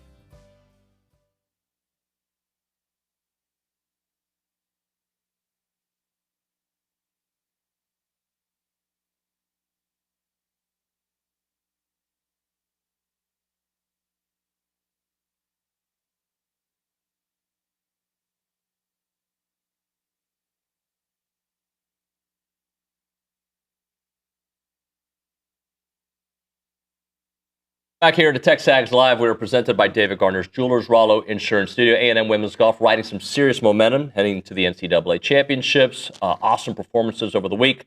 Let's talk to their head coach, Gerrod Chadwell, as they get ready to go to Carlsbad. What's up, buddy? Good morning. How are you? Good. Yourself? Yeah, I'm good. So how do you feel about things? How are they trending? Good. I think we've regionals is always a very stressful week. Corton's right in the middle of it right now, but they got off to a really great start yesterday. So it takes a little bit of stress and pressure off us being a very high seed, them playing at home and a seed slotted to make it. So it's just it's wild. It just your year puts you in position to maybe get a higher seed there, but it doesn't matter. Everybody has the same chance to advance. And so I thought our young ladies played really well in Waco. Is it nice to be able to pay attention to what the men are doing when you're off and vice versa? Oh, it's nice to just be a fan. Yeah. Right? Like we even, and our whole household was up watching tennis. So it's just nice to be a fan, I think, of anything. But yeah, you really want to, Brian and I, Corton and I, we office right across the hall from each other. So our lives are definitely intertwined with a lot of things. So it's just nice to be able to support him in some way. Mindset-wise, where is the team right now? I think in a really good place. Yesterday we got to take them to Blue Jack and have a fun day to really get out of here because the golf course is inundated with the regional, but everybody seems relaxed. Everything's behind them. Finals, all the stuff, and this is everybody's last week. Mm-hmm. So I think a lot of people are at peace. They've got their summer somewhat planned out. So I'm expecting to see a really good version of them. How much does last year play in the back of the minds, or it's new team, new year? I mean, you maybe hold on to a little bit of it, or do you hold on to a lot of it? I hold on to a lot of it. We had our moment after the regional. I'd kept the bag tag souvenir that we got from Lubbock last year, and I set it on my bathroom sink, and I saw it every day for 364 days, and it just, not that it gives me purpose, it just reminds me that everything that we do will impact, in the end of the year. And I said that to them selfishly, like, I'm so glad to be able to get rid of this. And I think coaches, we carry that. I'll still carry that. Like, that's, I don't know. And I think the young ladies are resilient. Life happens and goes on. But as a coach, you never really forget last year. But hopefully some of that stuff, the decisions were made and things that happened, hopefully it impacted last week and maybe this week, but you never forget. It's funny, you never forget that stuff, but you don't, in the same way you don't forget it. In fairness, I don't know if we remember the good stuff as much or as strong. I don't know. Right. I don't know. Is that something maybe you will later, like 10 years, 20 years down the road? Yeah, I think you forget that stuff more and you remember the good things. Yeah. But in the moment you remember the bad things more. Yeah, and I don't know. And maybe that's me and how twisted I am in my head. Yeah, and we talked to Jordan a lot, how he used to just create enemies. Like, I don't fraternize with a lot of other coaches. Yeah. I find something that pisses me off about them, and now I just want to beat them. And even recruiting, like, you're just walking around watching kids play golf, and you're like, you create enemies just walking on the cart path. I don't know. It's just. Do you think that's weird. a dude thing, like a guy? For sure. Well, I don't know. Because sometimes when I coach my daughters, I want them to be Jordan and Kobe, and they just want to be friendly, right? Like, and I'm like, girls, that's fair. Your enemy. That's fair. Well, I got a lot of, I see a lot of, I talk to Trisha a lot. Trisha's competitive as hell. Yeah, she is. Yeah. And I think most, women that are coaching, I think you got to be. I think any coach has to be, but I don't know what that is that we twist up in our mind that everybody's out to get you. How about Vanessa and her ability to close? She had labeled herself not a closer for probably really this whole semester, and she won dominantly. Yeah. And you had the best player in the world in that field, and that's why I told her stand on 18 green. I walked the back nine with her I wanted to be there. She had it well under control, but I just wanted to see if it got loose, what really it was. But I gave her a hug on 18 green and said, you can put that narrative to bed, that you just did it in one of the hardest weeks ever. So she's good, man. She's really good. Well, this same kind of narrative came up recently, and I was talking about Dirk. for Nowitzki at the Mavs, and for a long time he wasn't a closer. And what I tell people is, your story's never over until you say it's over. So 100%. it can change. And Vanessa, in her mind, she may have had that narrative, but the reality is that's why you're a competitor. You keep going. You keep going, and I think for our young people, I don't know, you just really encourage them to try and learn. You didn't fail, you didn't not close. Maybe you just got beat, or the case would be. I think V has given herself some grace in allowing to learn from these certain situations. Only the few get to do that. I never had this really in golf. Been on a lot of teams that you showed up and you're expected to win. That's different than just not happy to be there or hope things work out. I think she's handled that. She's just a sophomore too. And I don't know if I said this on our last time segment, but we did a team session with our sports psychologist, kind of really unpacking the year. And Ryan just straight up said, who's the hardest worker on the team? And it was unanimously V. And so I think that says a lot. And we're actually trying to help her pull the reins back. But that's hard for people that are wired a certain way. It's very hard. A lot of people are trying to putt it better or play whatever. We're trying to get her to sleep more. Yeah. So, and with this generation, you sometimes you think they sleep a ton, but this one it's hard to get her to shut it down. You guys monitor all their sleep, and we do. They actually, our sports science and our strength staff do an amazing job. We share the same as volleyball, and we kind of piggybacked off what they were doing with volleyball. The young ladies do a survey every morning, and it's a pretty simple question, but it's just, how are you feeling, blah, blah, blah, blah, blah, blah. And we store all that data, and we can monitor when they're stressed, obviously around tests or whatever, but we can monitor that and we can scale things to that. Do they have Aura rings? Is that what or are they using something else? They can do that, but this is more just a simple survey based on what's going on throughout your week, throughout your day. And then we do a lot of testing throughout the year, and we can see when things peak and when things dip. And a lot of it's just, man, it's crazy. It's crazy how so much is tied to sleep. And nutrition. We can do all this stuff in our sport and whatever, but if you don't sleep and if you don't fuel yourself, it does not matter. I could talk to you about this particular topic for 9 hours, but our audience is good because I love it because I'm learning more about myself as I get older about the same thing. But I want to talk to you about kata because how one moment can kind of change the direction of a round. The first round started off pretty rough. And maybe rough's too much, but not to her standards. For her, it was rough. And these young ladies are unique in their own way. Kata, it's all about her energy, and we can communicate to them via text. They can communicate to us via text because on a golf course you're all spread out. And I just sent her a message. I said, your body language is contagious. Whether she made a conscious effort to change or do whatever. I think it helped us and it helped the team, and herself too. But on that second day, we didn't get off to a very good start, and that was the day that it was very gettable. For Waco, Texas, we didn't have wind our last 2 days, and so anything really could have happened there because it was very scoreable. So we got it going in that second afternoon, and she was a huge part of that. What's the schedule like when you head out for Carlsbad? We leave at noon today. Oh wow! So yeah, the hay's in the barn, literally, in a sense. So we'll get there today. We have a guy that played at Oklahoma when I was there and played with Ryan. We're going to go to this really cool place in Carlsbad called Goat Hill Park. It's a public golf course. So we're going to hit some balls there, feed them.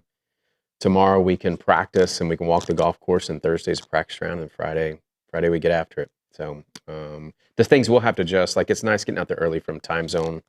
And just the golf ball won't travel as far there as it is here. So we'll just do some prep work to get adjusted and keep them rested up and ready to go. Remind us how the format is.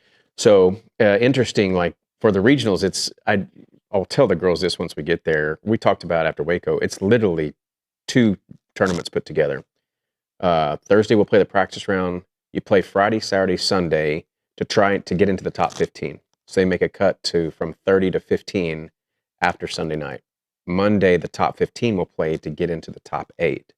And then the top 8 will be in a match play bracket. What would that be? Tuesday and Wednesday. And so you got to keep winning to go there. So you'll play 2 matches on Tuesday. The final will be on Wednesday.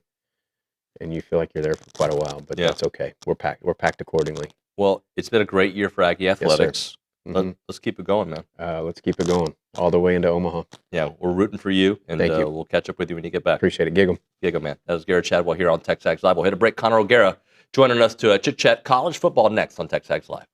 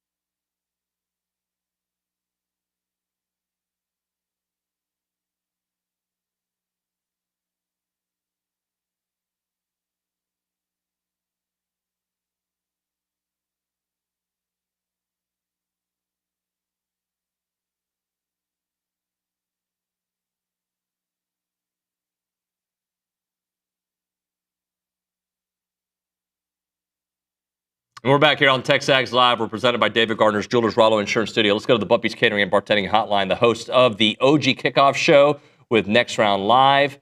And I think, I don't know if I'm allowed to say this, Connor, on the show, but maybe a couple of TexAgs bylines here in the future. Connor O'Gara joining us here on TexAgs Live. What's up, buddy?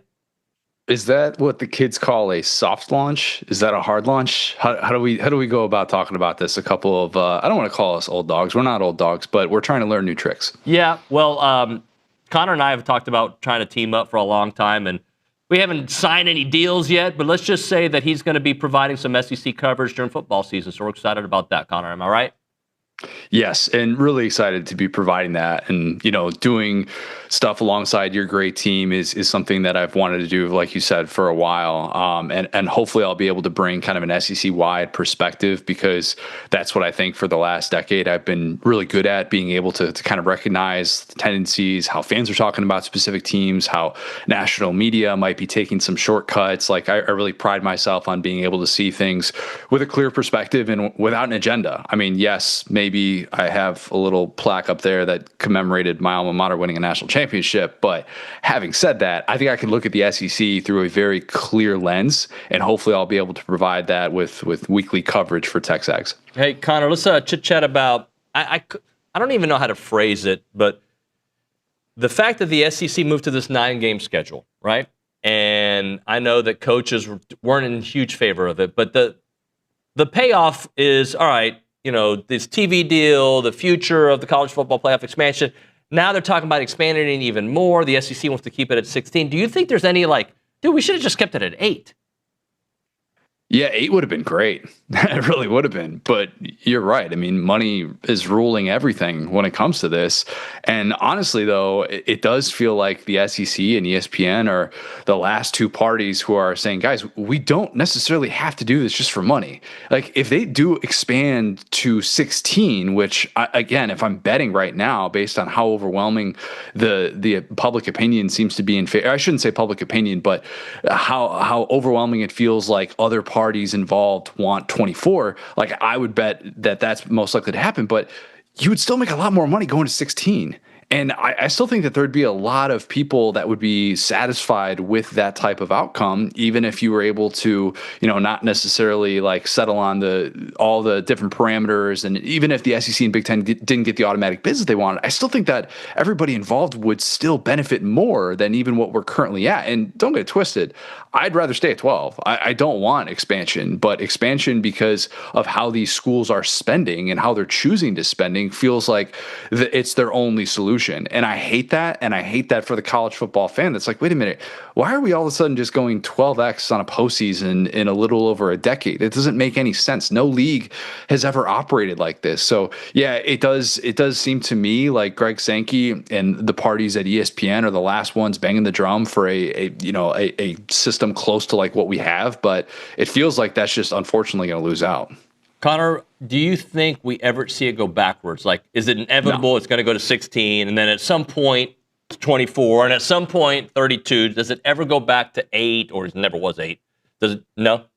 No, I don't think so. And that's the scary thing about it, is you just want to keep expanding more and more if you have financial stake. And the same reason that pro sports leagues aren't ever going to go in the opposite direction, because they're like, wait a minute, you mean to tell me that I'll have less home revenue and I'll make less money? That's bad. Even though it would make the product better. I think everybody looks at the NBA and goes, yeah, if you just actually played, half as many games, this would be a more entertaining product. Guys would try harder and you'd be able to sell more tickets. But that's just not the way that the world works right now, unfortunately. And so much of sports is just trying to squeeze every last dollar out of the consumer. And college football, admittedly so, was late to that and late to doing that with the TV deals and the way that they were structured, really up until the playoff era.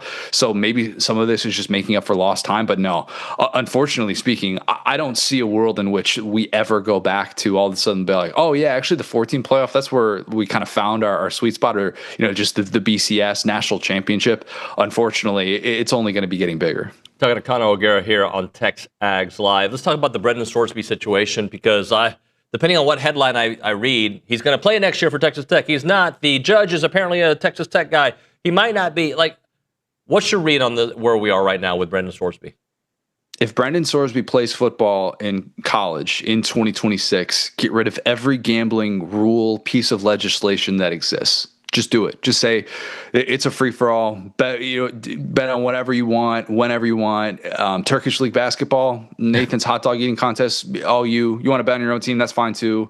Let's just open up the floodgates, because if this judge, who obviously is a diehard Texas Tech fan, apparently like 2 degrees from Texas Tech, if he rules in favor of Brendan Sorsby, there are no limits to what these schools can do. And here's the other thing that doesn't get brought up enough, because I do think ultimately that he should be ineligible. And as much as I would love to see Brendan Brennan Sorsby play football in college in 2026 for a really intriguing Texas Tech team, I also don't want to see the floodgates opened up and all of a sudden just have there be really no rules when it comes to gambling. Here's the other thing.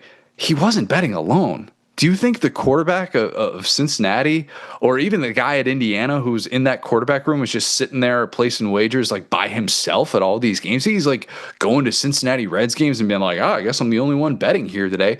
That's not how this works. And it's a bigger problem in college football, and there will be floodgates opened up. And that's honestly the side that the NCAA is going to continue to take with all of this stuff. And I kind of feel like they're right in this. But if a state judge is able to overrule this, then we have another mess on our hands. Connor, I know you wrote something on USA Today about the Notre Dame-Miami matchup being obviously a huge rematch, but there's another one that has caught your attention as well. Yeah, I think that BYU game is going to be so massive. I think BYU is maybe the most underrated team in college football. Like talking to coaches in the Big 12, like BYU is the class this year. The Kalani Sitake move to be able to keep him from leaving for Penn State, a certain CEO from Crumble Cookie getting involved. That's like one of the stories that could define the 2026 season. And I'm not saying that BYU is winning a national championship, but I think people are sleeping on their upside just because of the fact that they lost last year to Texas Tech twice. But they don't have Texas Tech in the regular season. They've never hosted a top 10 game in Provo. When Notre Dame comes to town October 17th, they will both be top 10 teams. I think they're both going to be undefeated teams, and that's going to have a huge say in the college football playoff. And I think it's going to be one of those games that gets slept on and not talked enough about nationally. I know it's the same weekend as well as Ohio State, Indiana, but I just look at that game and I'm like, man, that game is going to have huge ramifications. And people that actually know college football, who are able to kind of look outside of what's going on with Texas Tech, they'll tell you like BYU is legit this year and should not be slept on. So how much of a difference does it make for the Big 12 if Sorsby plays or not in that battle? So if Sorsby's there for Tech, do you like them over BYU just in the pecking order of the Big 12 or not necessarily? I think I still like BYU. As crazy as it sounds, I was taking BYU before the Sorsby thing came out, and then everybody kind of looked at it a little bit differently. But I think it's a huge year for the Big 12, not just for the Sorsby case, but, the Big 12 has one victory in the history of the college football playoff, and it was followed by 65-7 chicken wings in the fourth quarter national championship. Thank you, Georgia. And I do think that for the perspective of the league and the way that it's viewed as, especially now as it's trying to get as many automatic bids as possible in an expanded playoff, I just think it's really important. And if BYU is able to win a playoff game or two, like go ask what Miami just did for the ACC. I think that stuff matters. So I would still take BYU. I think they have the better, tougher roster, top to bottom. I think they have more things working in their favor. I think they're maybe slightly better coached, even though I love Joey McGuire. But I do think that BYU has a real prime opportunity this year. Connor, thank you very much. Got to hit a break. Appreciate you. Can't wait to see you working for us. All right, we're going to hit a break. We'll be back to TexAgs.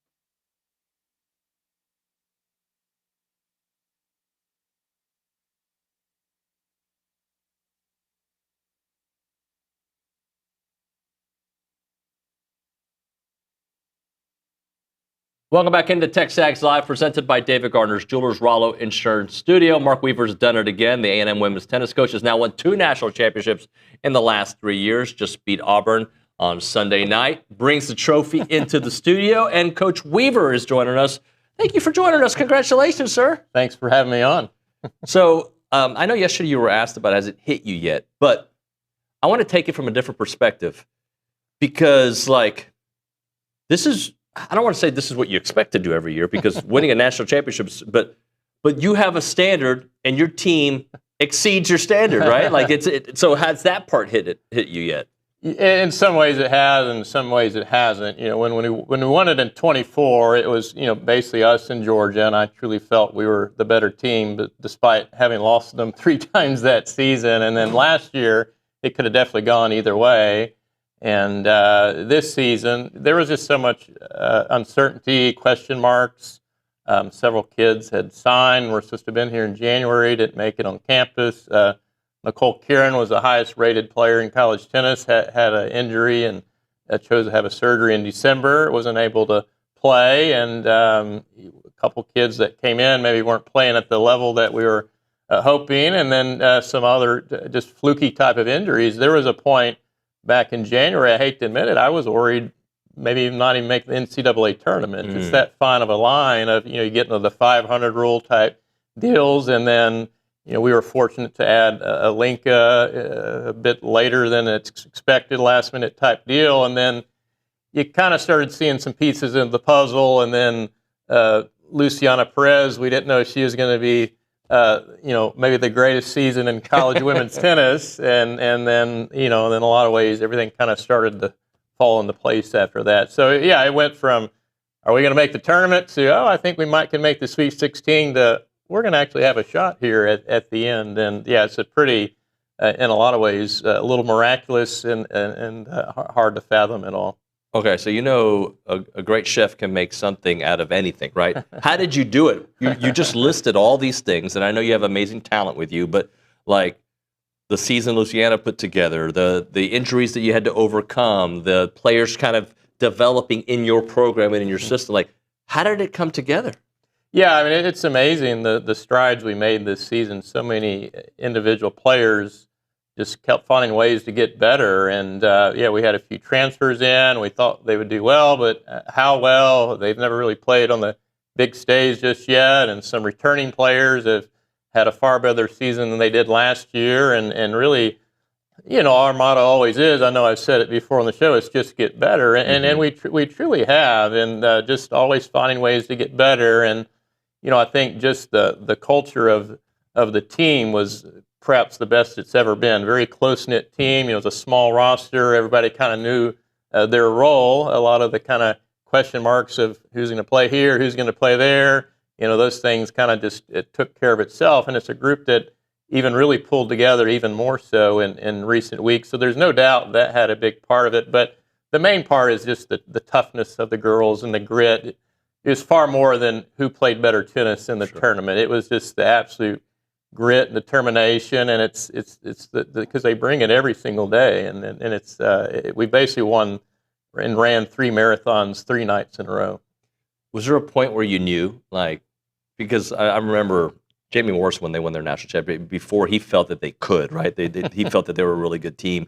You always have a roster that can, but was there a point, maybe after North Carolina, maybe during North Carolina, maybe it's during Auburn, like where you're like, I think we're going to win this thing? It is, and I even relayed that to the girls. I remember in 24, I knew 100% we were going to win. I know that sounds crazy, and maybe it was more like 99%, but I truly believed and knew that we were going to win. Last year, it was like, maybe we will, maybe we won't. And for whatever reason, all the uncertainty I spoke about earlier, I woke up that morning thinking we're going to do this. I really did, and I can remember even telling the girls after we lost the doubles point the night before against Georgia, which was the most ridiculous atmosphere for a tennis player you'd ever be a part of. It'd be like playing tennis in front of Kyle Field, but the football players are used to it. Us tennis players aren't used to it. And but I remember vividly after we lost the doubles, just going up to each girl, which I don't necessarily always do individually in the short 5-minute huddle. I went up, gave them a high five,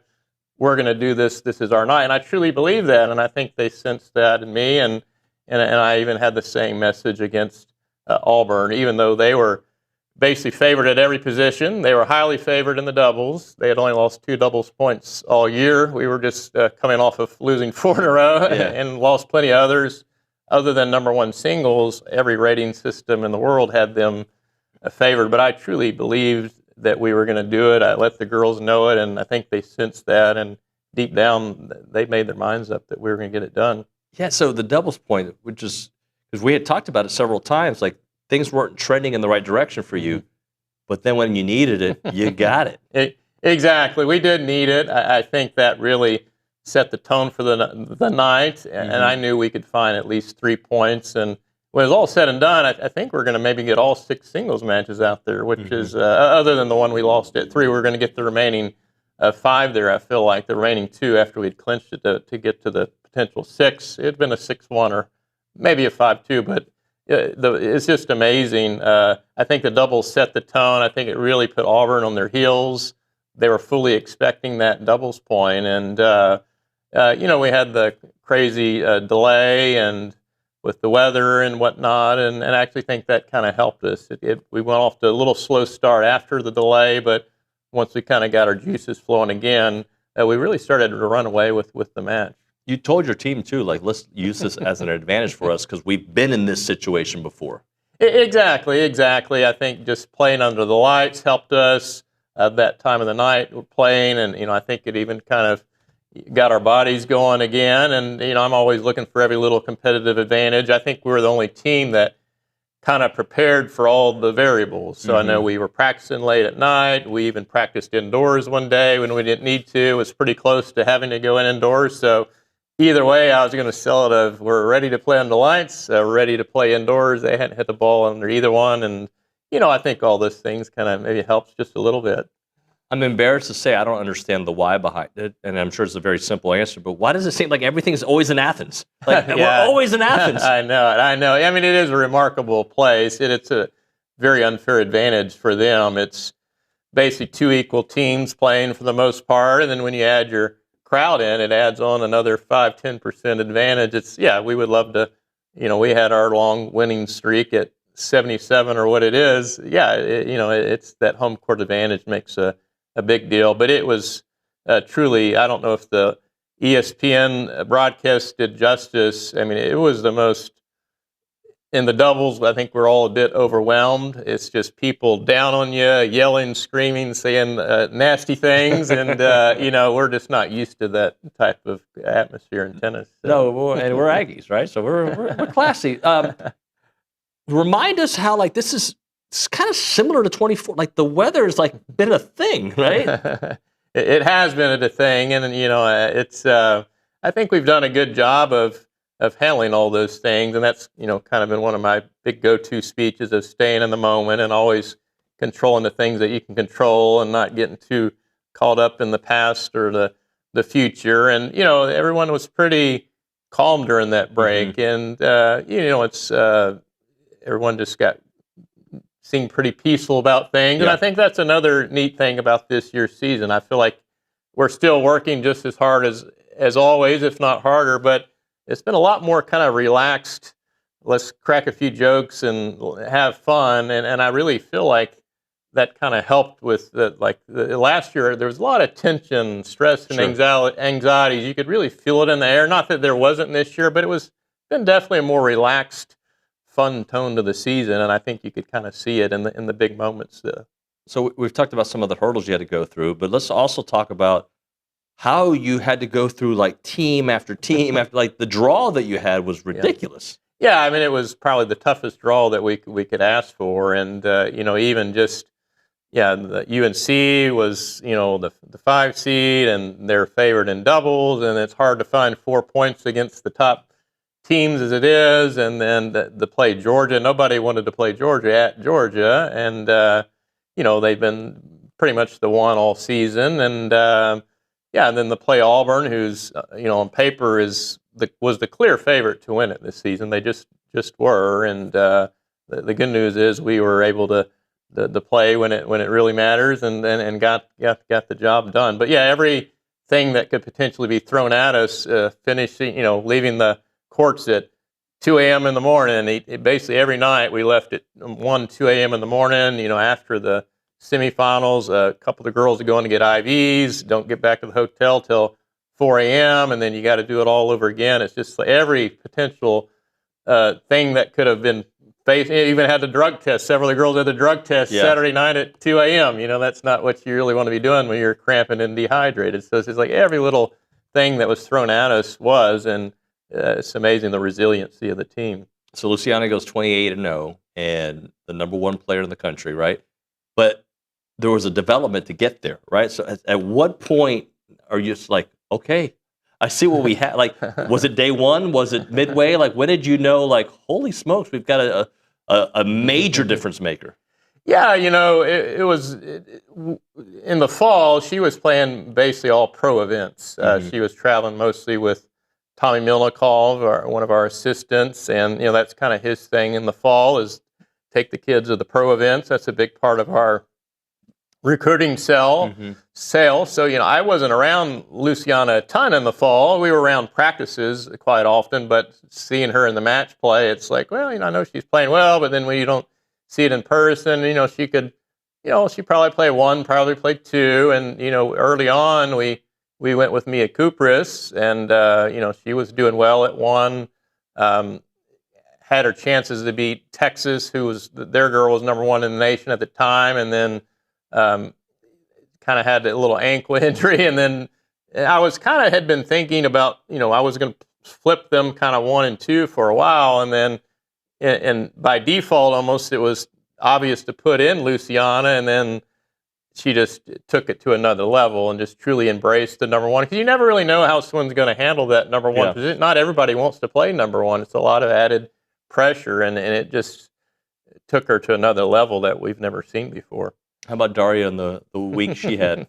Yeah, so happy for Daria. She ended up getting the team MVP, and Daria had maybe some struggles early in her career, and she's just worked on her mental toughness or taken her physical to another level. She's such a great athlete, such a wonderful kid. She's truly like a remarkable kid, and just done it through hard work. And I think all the experiences of playing all these big matches over the years, she's like, I got this now. I can handle this. So yeah, so happy to see her get the clinch there. And Violetta goes, 5-0 in singles at the tournament.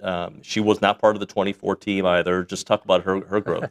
Yeah, no, I mean, she had just an amazing year for us. I think we knew she could help us. I think she had her doubts of, can I help? Am I going to be in the lineup? She had a solid career at Illinois, but at the end playing in the middle of the lineup there, and then she's stepping into a team that's trying to win SEC titles and NCAA titles. So I don't think she quite knew how it was going to go. None of us were quite sure how it was going to go, and what she did in the tournament was another miracle. She's down a set in 4-1 against Georgia, and if she doesn't come back there, the Aggies are done. And she hadn't really necessarily played on that big stage in the big moments, and she just rose to the occasion like she's never even been in that position before. It's truly amazing how she handled that big stage there. I'm truly appreciative of 26. So when I ask this question, I ask it with respect. But what can you tell me about the future?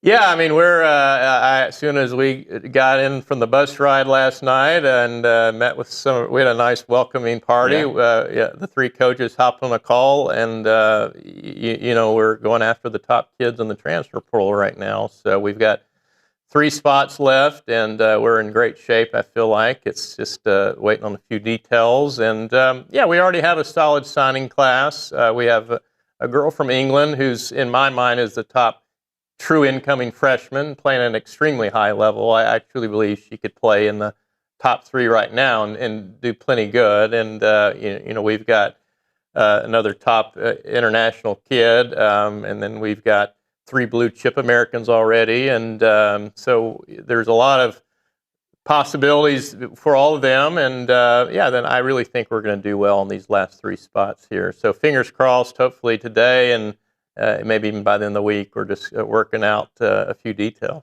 I know winning a national championship, what it means to the community. What does it mean recruiting wise? Does it carry the same weight that it once did? I think, I think not as much as you'd like for it to, but I feel like it's actually helping us more right now maybe than it did in 24. So Okay. I think the consistency of what we've been able to show, making 3 straight national titles, I think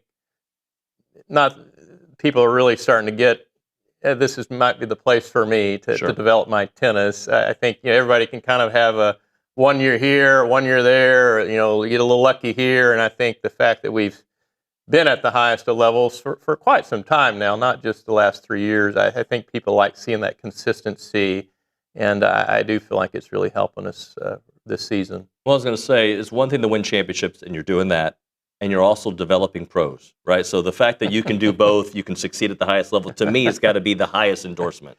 Yeah, I mean, exactly. From Carson Brandstein, Mary Stuyana, and now we've got Luciana Perez, who's playing at a remarkably high level. I think people are seeing, year in and year out, if I want to be a pro tennis player, it looks like the Aggies have a pretty good product for me. Yeah, so let's close out with this. The 26 team, what makes them uniquely them? What is it about this team that, like, if you were to put a headline behind this team and what you learned about them, what makes them uniquely them? Yeah, I think maybe playing for a bigger cause, a bigger purpose than just themselves. It was a team, I think, that truly wanted to win for Texas A&M, which you don't always see these days. It's more about me, me, me. I think it was a team that really wanted to play for each other, play for the coaching staff, and just true out warriors. Like if I'm not using that term loosely, just full out warriors. And we don't win that match, any of those matches without just that a warrior mentality. It's the toughest group of kids I've ever been around. Well, Coach Weaver, you're all class all the time. You're a national championship head coach, and you're my buddy. I appreciate you so much, sir. Thank you. Thanks so much. Well, congratulations to Coach Weaver and the entire women's tennis team. All right, we'll hit a break. Come back, open segment. We'll close it out with Andrew Monaco here in studio. Ground shuttle, they offer frequent and reliable shuttles from Bryan College Station to George Bush Intercontinental Airport and back. You can commute in comfort and in luxury with shuttles that have reclining seats. They have power outlets. They have it all. And going to Bush can be a very difficult process, but they can get you there. You don't have to worry about the parking and the traffic or anything at all. They'll get you there. They have 9 shuttle times on the weekdays every hour and a half. And they've got 5 shuttle times on the weekends every 2.5 hours. And they also offer charter service. So you can book any vehicle in their fleet to accommodate your group size. It is Ground Shuttle. Check out the website, groundshuttle.com. That is groundshuttle.com. Or give them a shout, 855-303-4415. It's Ground Shuttle. Let them do the driving.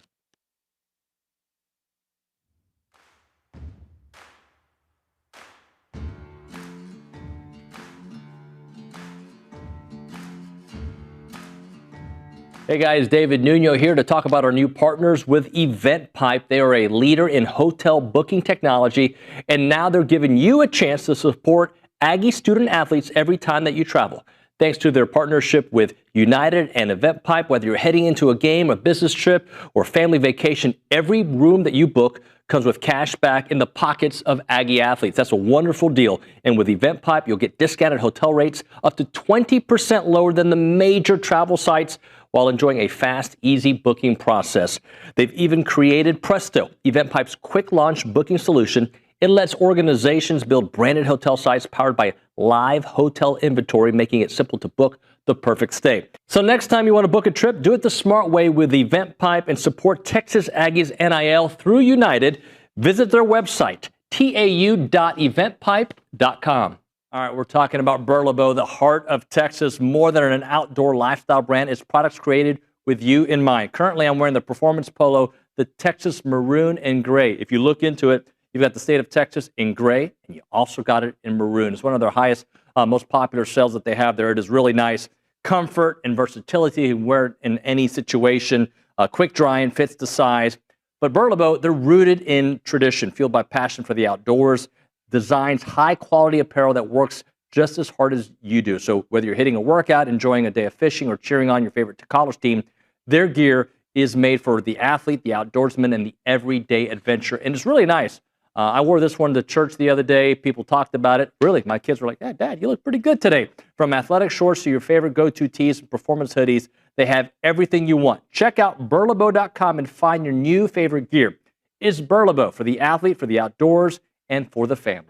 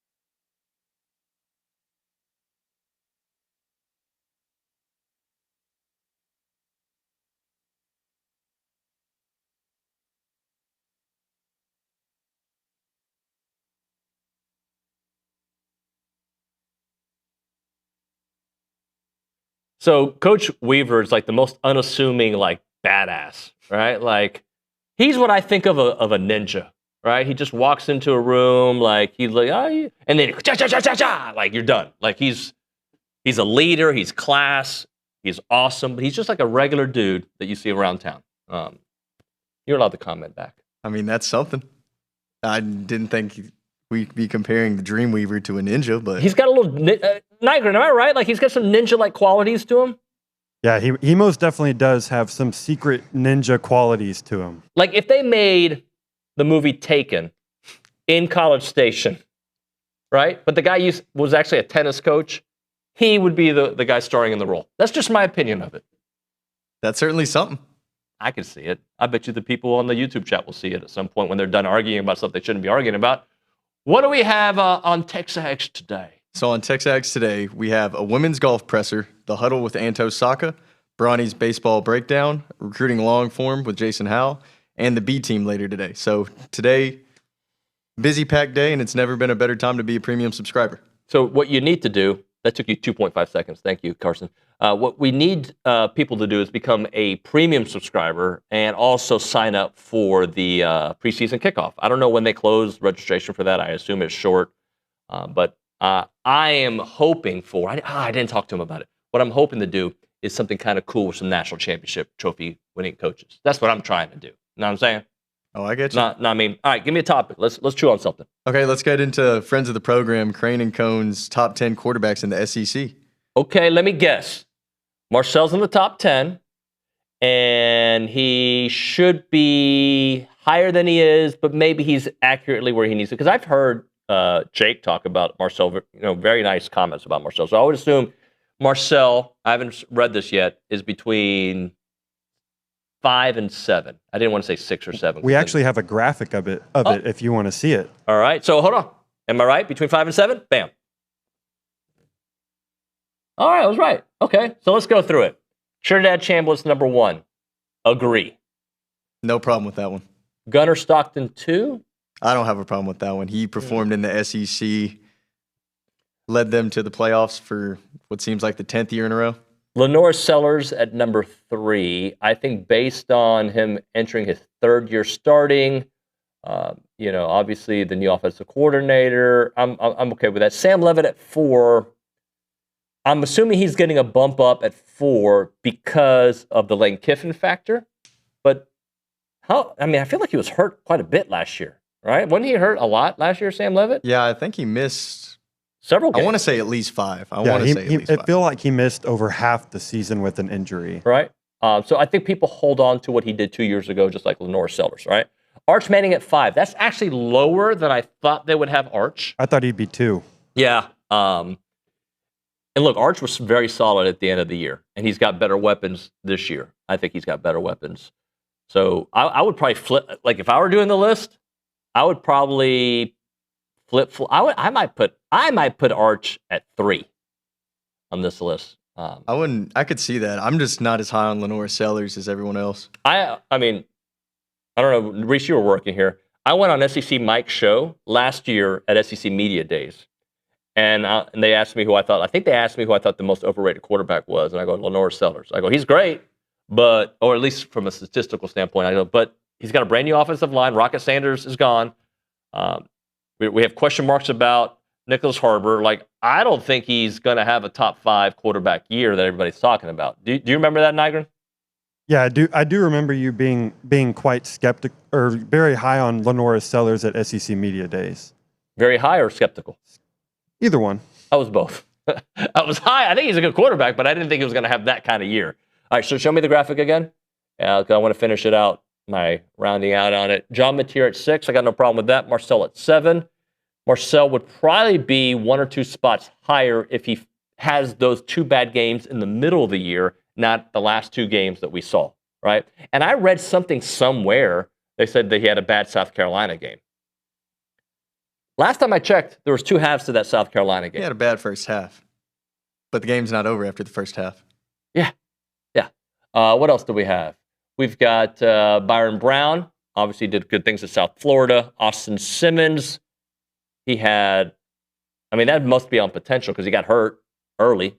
And Mario Taylor. For the Austin Simmons, I think they're probably just assuming him in that Drinkwitz offense will probably the help Drink more. offense has routinely had good quarterbacks, right? So routinely put up some good numbers. So I don't have a problem with it. Do we as a group kind of okay with Marcel right now at 7? Hopefully he finishes at 5. Are we good with that? I'm okay with that.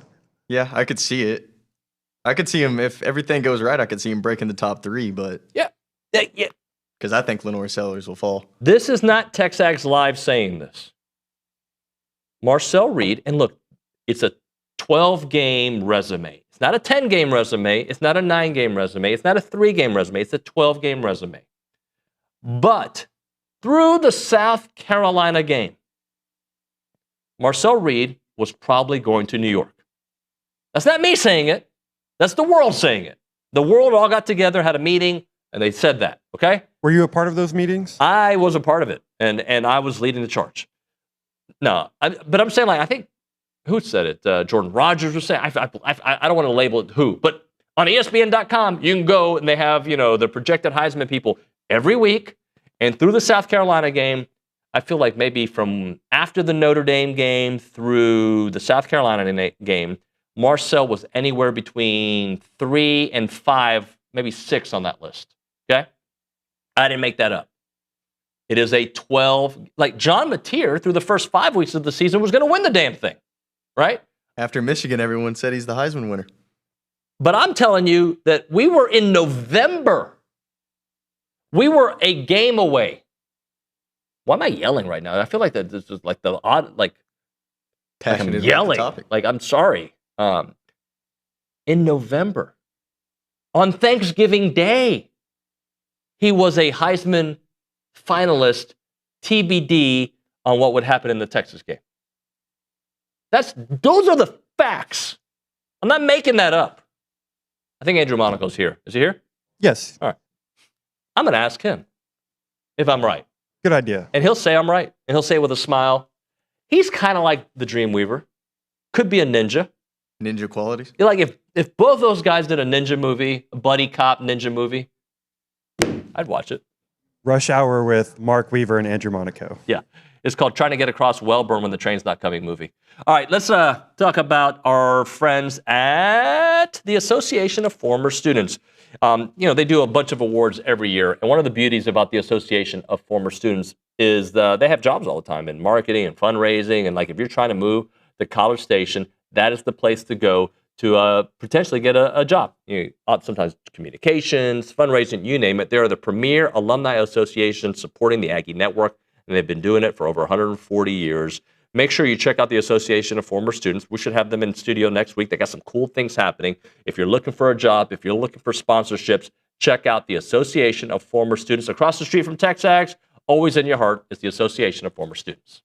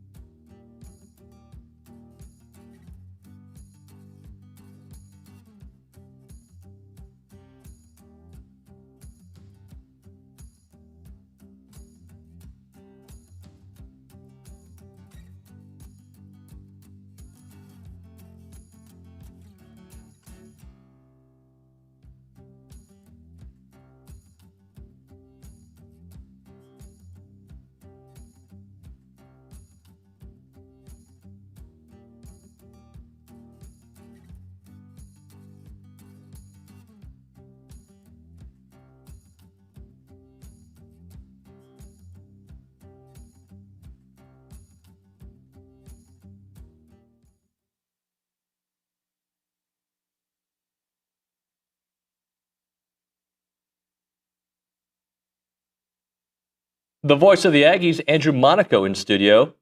Just made a buddy cop movie with you and Coach Weaver. I think that would have been a really good movie. Yeah, the Two Ninjas or whatever. Yeah, the Two Ninjas, I yeah. have to tell you that up until today, whatever the date is, because I lose. May 19th, right? It's game days, travel days, and off days. Yeah. That's all it is. I didn't think Liam Neeson and Mark Weaver would ever be in the same sentence. Yeah, that's what But I do. it makes a lot of sense. It makes a lot of Unassuming sense. badass. You know? Yeah. Although if you've watched any of the Taken movies since the first one, he can't fight anymore. He does not look good fighting, so he needs to retire. Go do a country music album or something. Mr. Monaco, I want to ask you how you would categorize this school year athletically for Texas A&M. Like, because we were talking about, is it the golden age? I don't know. Like, look, it's been a great year. Alignment. How about that? Yeah. I think you talk about if we start with Mark Weaver in a national championship and Jamie Morrison and what Bucky did and Mike Elko's second year and Michael Early's second year, and I'm leaving people out, and I don't mean to on this campus because it's special. Aligned with this athletic department and Trev Alberts at the head. Mm-hmm. Will it be a golden age? It has an opportunity to be. We may be. I don't know. Is it something that we look back and say, yeah.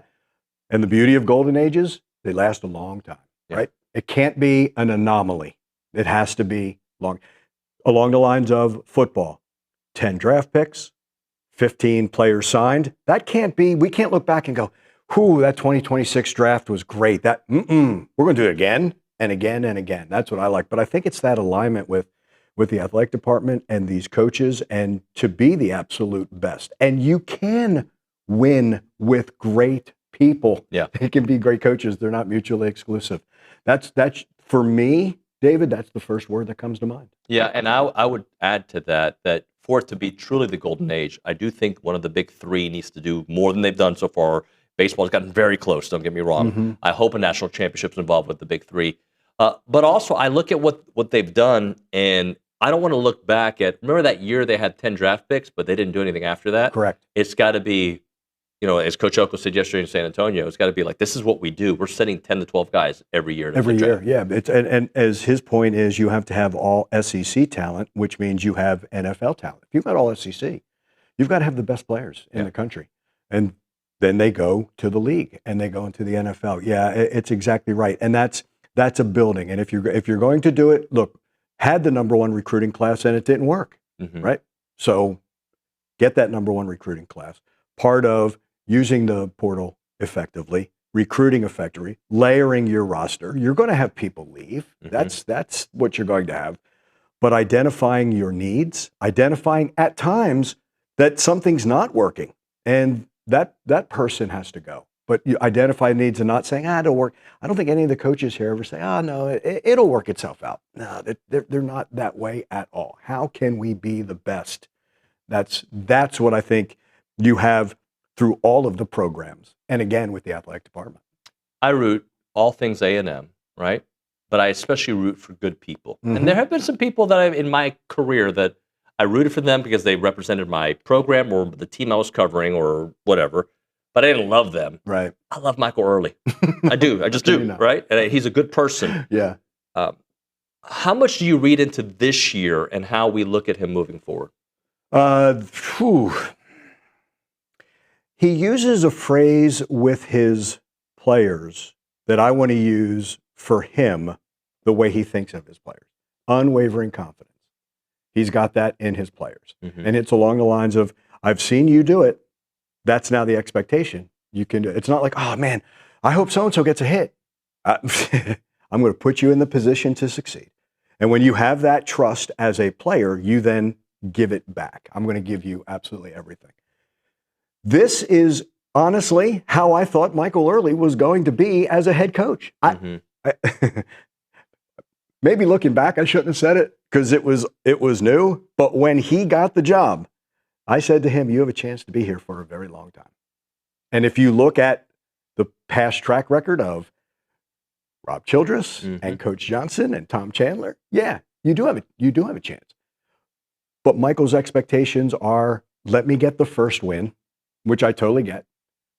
But this is how I feel he was always going to be. The style that's played, and I don't think he's a finished product along the lines of This is a team he's going to keep adding. And with the development center, now you're taking all the recruiting negatives away from it. Now he's going to keep on getting that talent and the way they play. And as we were talking about Mike Elko sending players to the league, or Mark Weaver creating pros and champions, that's what Michael Early's done. And that's what he's like. The success to Omaha is Michael Early's offense, right? So that's a part of it. Just like the success under Jimbo was Mike Elko's defense. Yep. That keeps getting better. Yeah, golden age might be a phrase that we start using, for baseball. And again, the expectations are we want to be the best. Yeah. We want to go to Omaha. I think this is what I expected, and I felt bad that last year had the hiccups that it did. But I wonder, in a weird way, if it doesn't make him stronger and better going forward. So I think certain people, I see it on social media, criticize the production of the baseball team because the pitching staff is this or the injuries are that, and but I think that shows how good of a job he has done with a limited, depth-wise pitching staff. Yeah. And especially this past weekend. Right. Nico, he gets an at-bat, but you got all these injuries. No Aiden Sims. Ethan Darden starts twice. You think about some of the things they had to go through, and you give up a lead in Game 3 on the third game on a home run to Clayton. He comes back and he shuts the door after they take the lead. This weekend to me showed me what kind of coach he is. We talk about resilience after losing a game, right? Does a team have resilience? I thought the Saturday win was the resilience in a nutshell in 9 innings. So it's not just we're going to make the adjustments after a loss. That's not the case. And I think he said something, was it 3 opening series wins? Mm-hmm.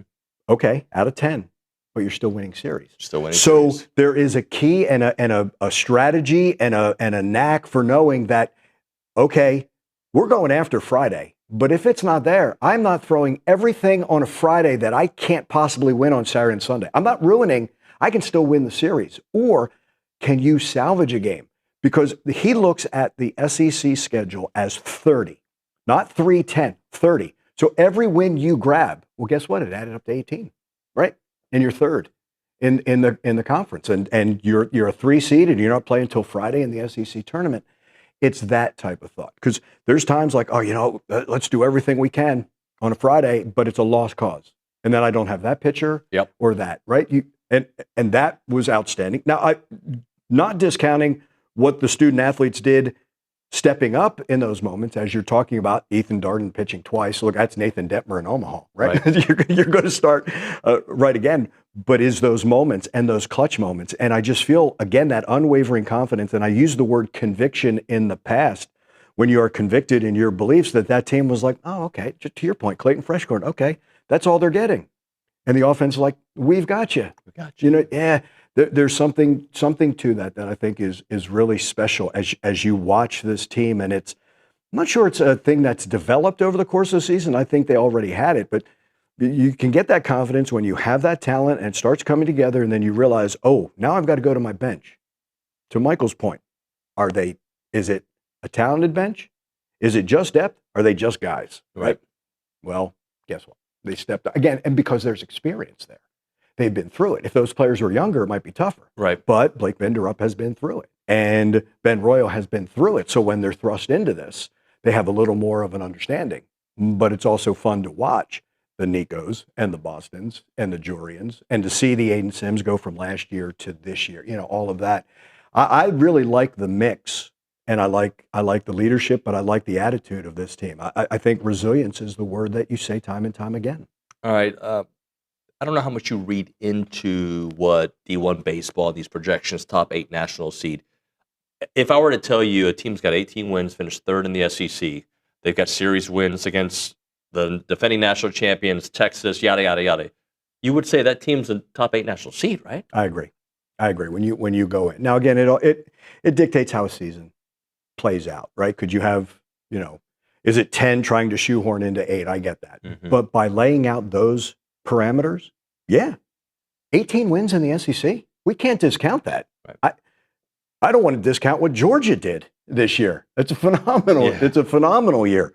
But no, what A&M did. Now, the thing that gets me is like, I am going to stop on preseason polls. I'm done.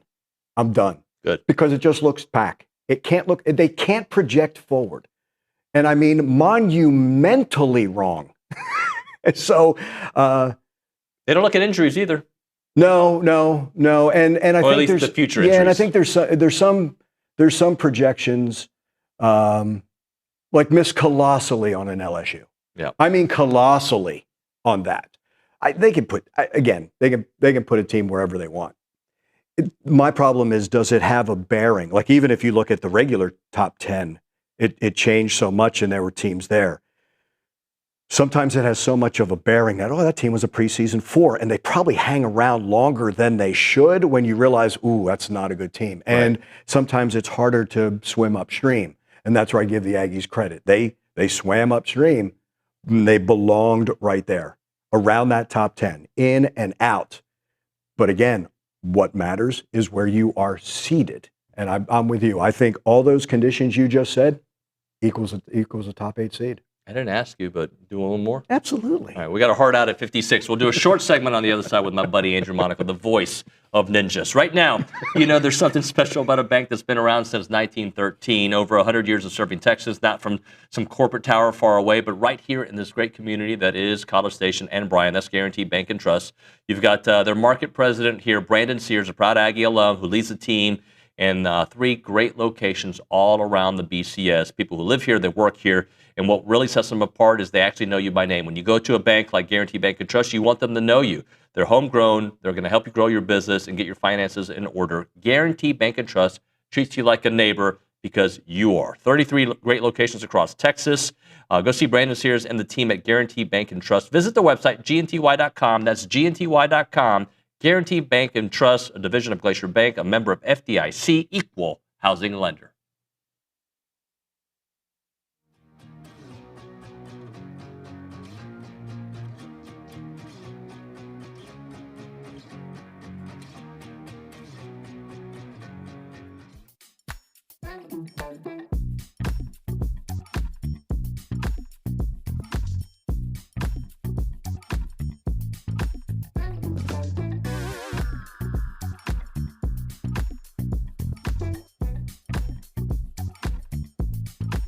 What's up, everybody? I'm here to tell you about Fratella Italian Cafe. If anyone knows anything about Italian food, it's me, Billy Lucci. And Fratella has the best Italian food in BCS. Located at 3901 South Texas Avenue, Fratella is known for their handmade pasta dishes and feature lasagna, beef cannelloni, chicken parmesan, chicken fettuccine alfredo, a couple of my favorites, just a big old bowl of plain old spaghetti and some manicotti. Really recommend the manicotti. That's my go-to.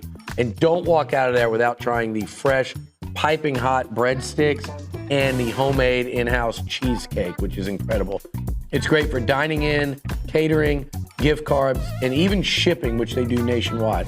Fratella's is Aggie-owned and operated, and it's an official restaurant partner of Texas A&M Athletics. I'll see you there.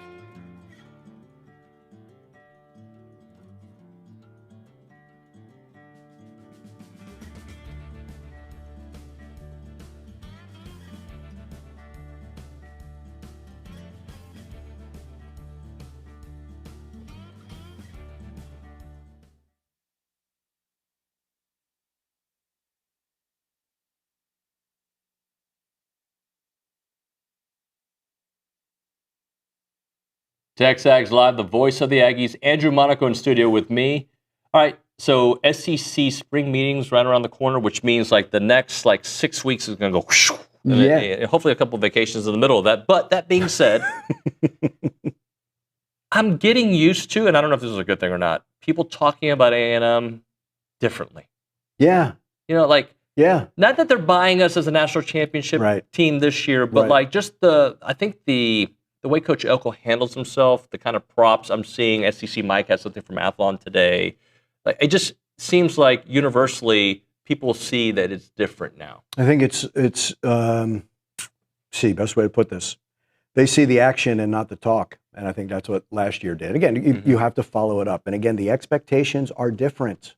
They should be if you want to be the best. But I'm with you. There is a different talk because I think it's built on more of a solid foundation.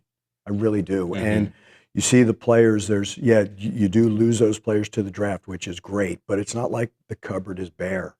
And I'm always excited. We've talked about this. I'm always excited about those guys that you either got a glimpse of who become in the bigger, more important role. And it's almost like you say at first, if you're not paying attention, well, where'd he come from? It was there. Yeah. Now here's the opportunity. And I also, I don't want to discount that those types of players or guys who have the new roles have learned from those 15 who have signed in the NFL. Right. I think that's huge. Every linebacker got to play with Torrey New York, right? That's the only way you know. And then that's a Damian Sanford now, or that's a Noah McHale now, right? You talk about what if Marco Jones, as you watch him on that defensive line, a couple of snaps and then more snaps and then in the guts of the game, right? In the crux right there. But all Marco knows is those D linemen that he played with. I think that is important. And I truly believe that is a player's legacy isn't after his last snap.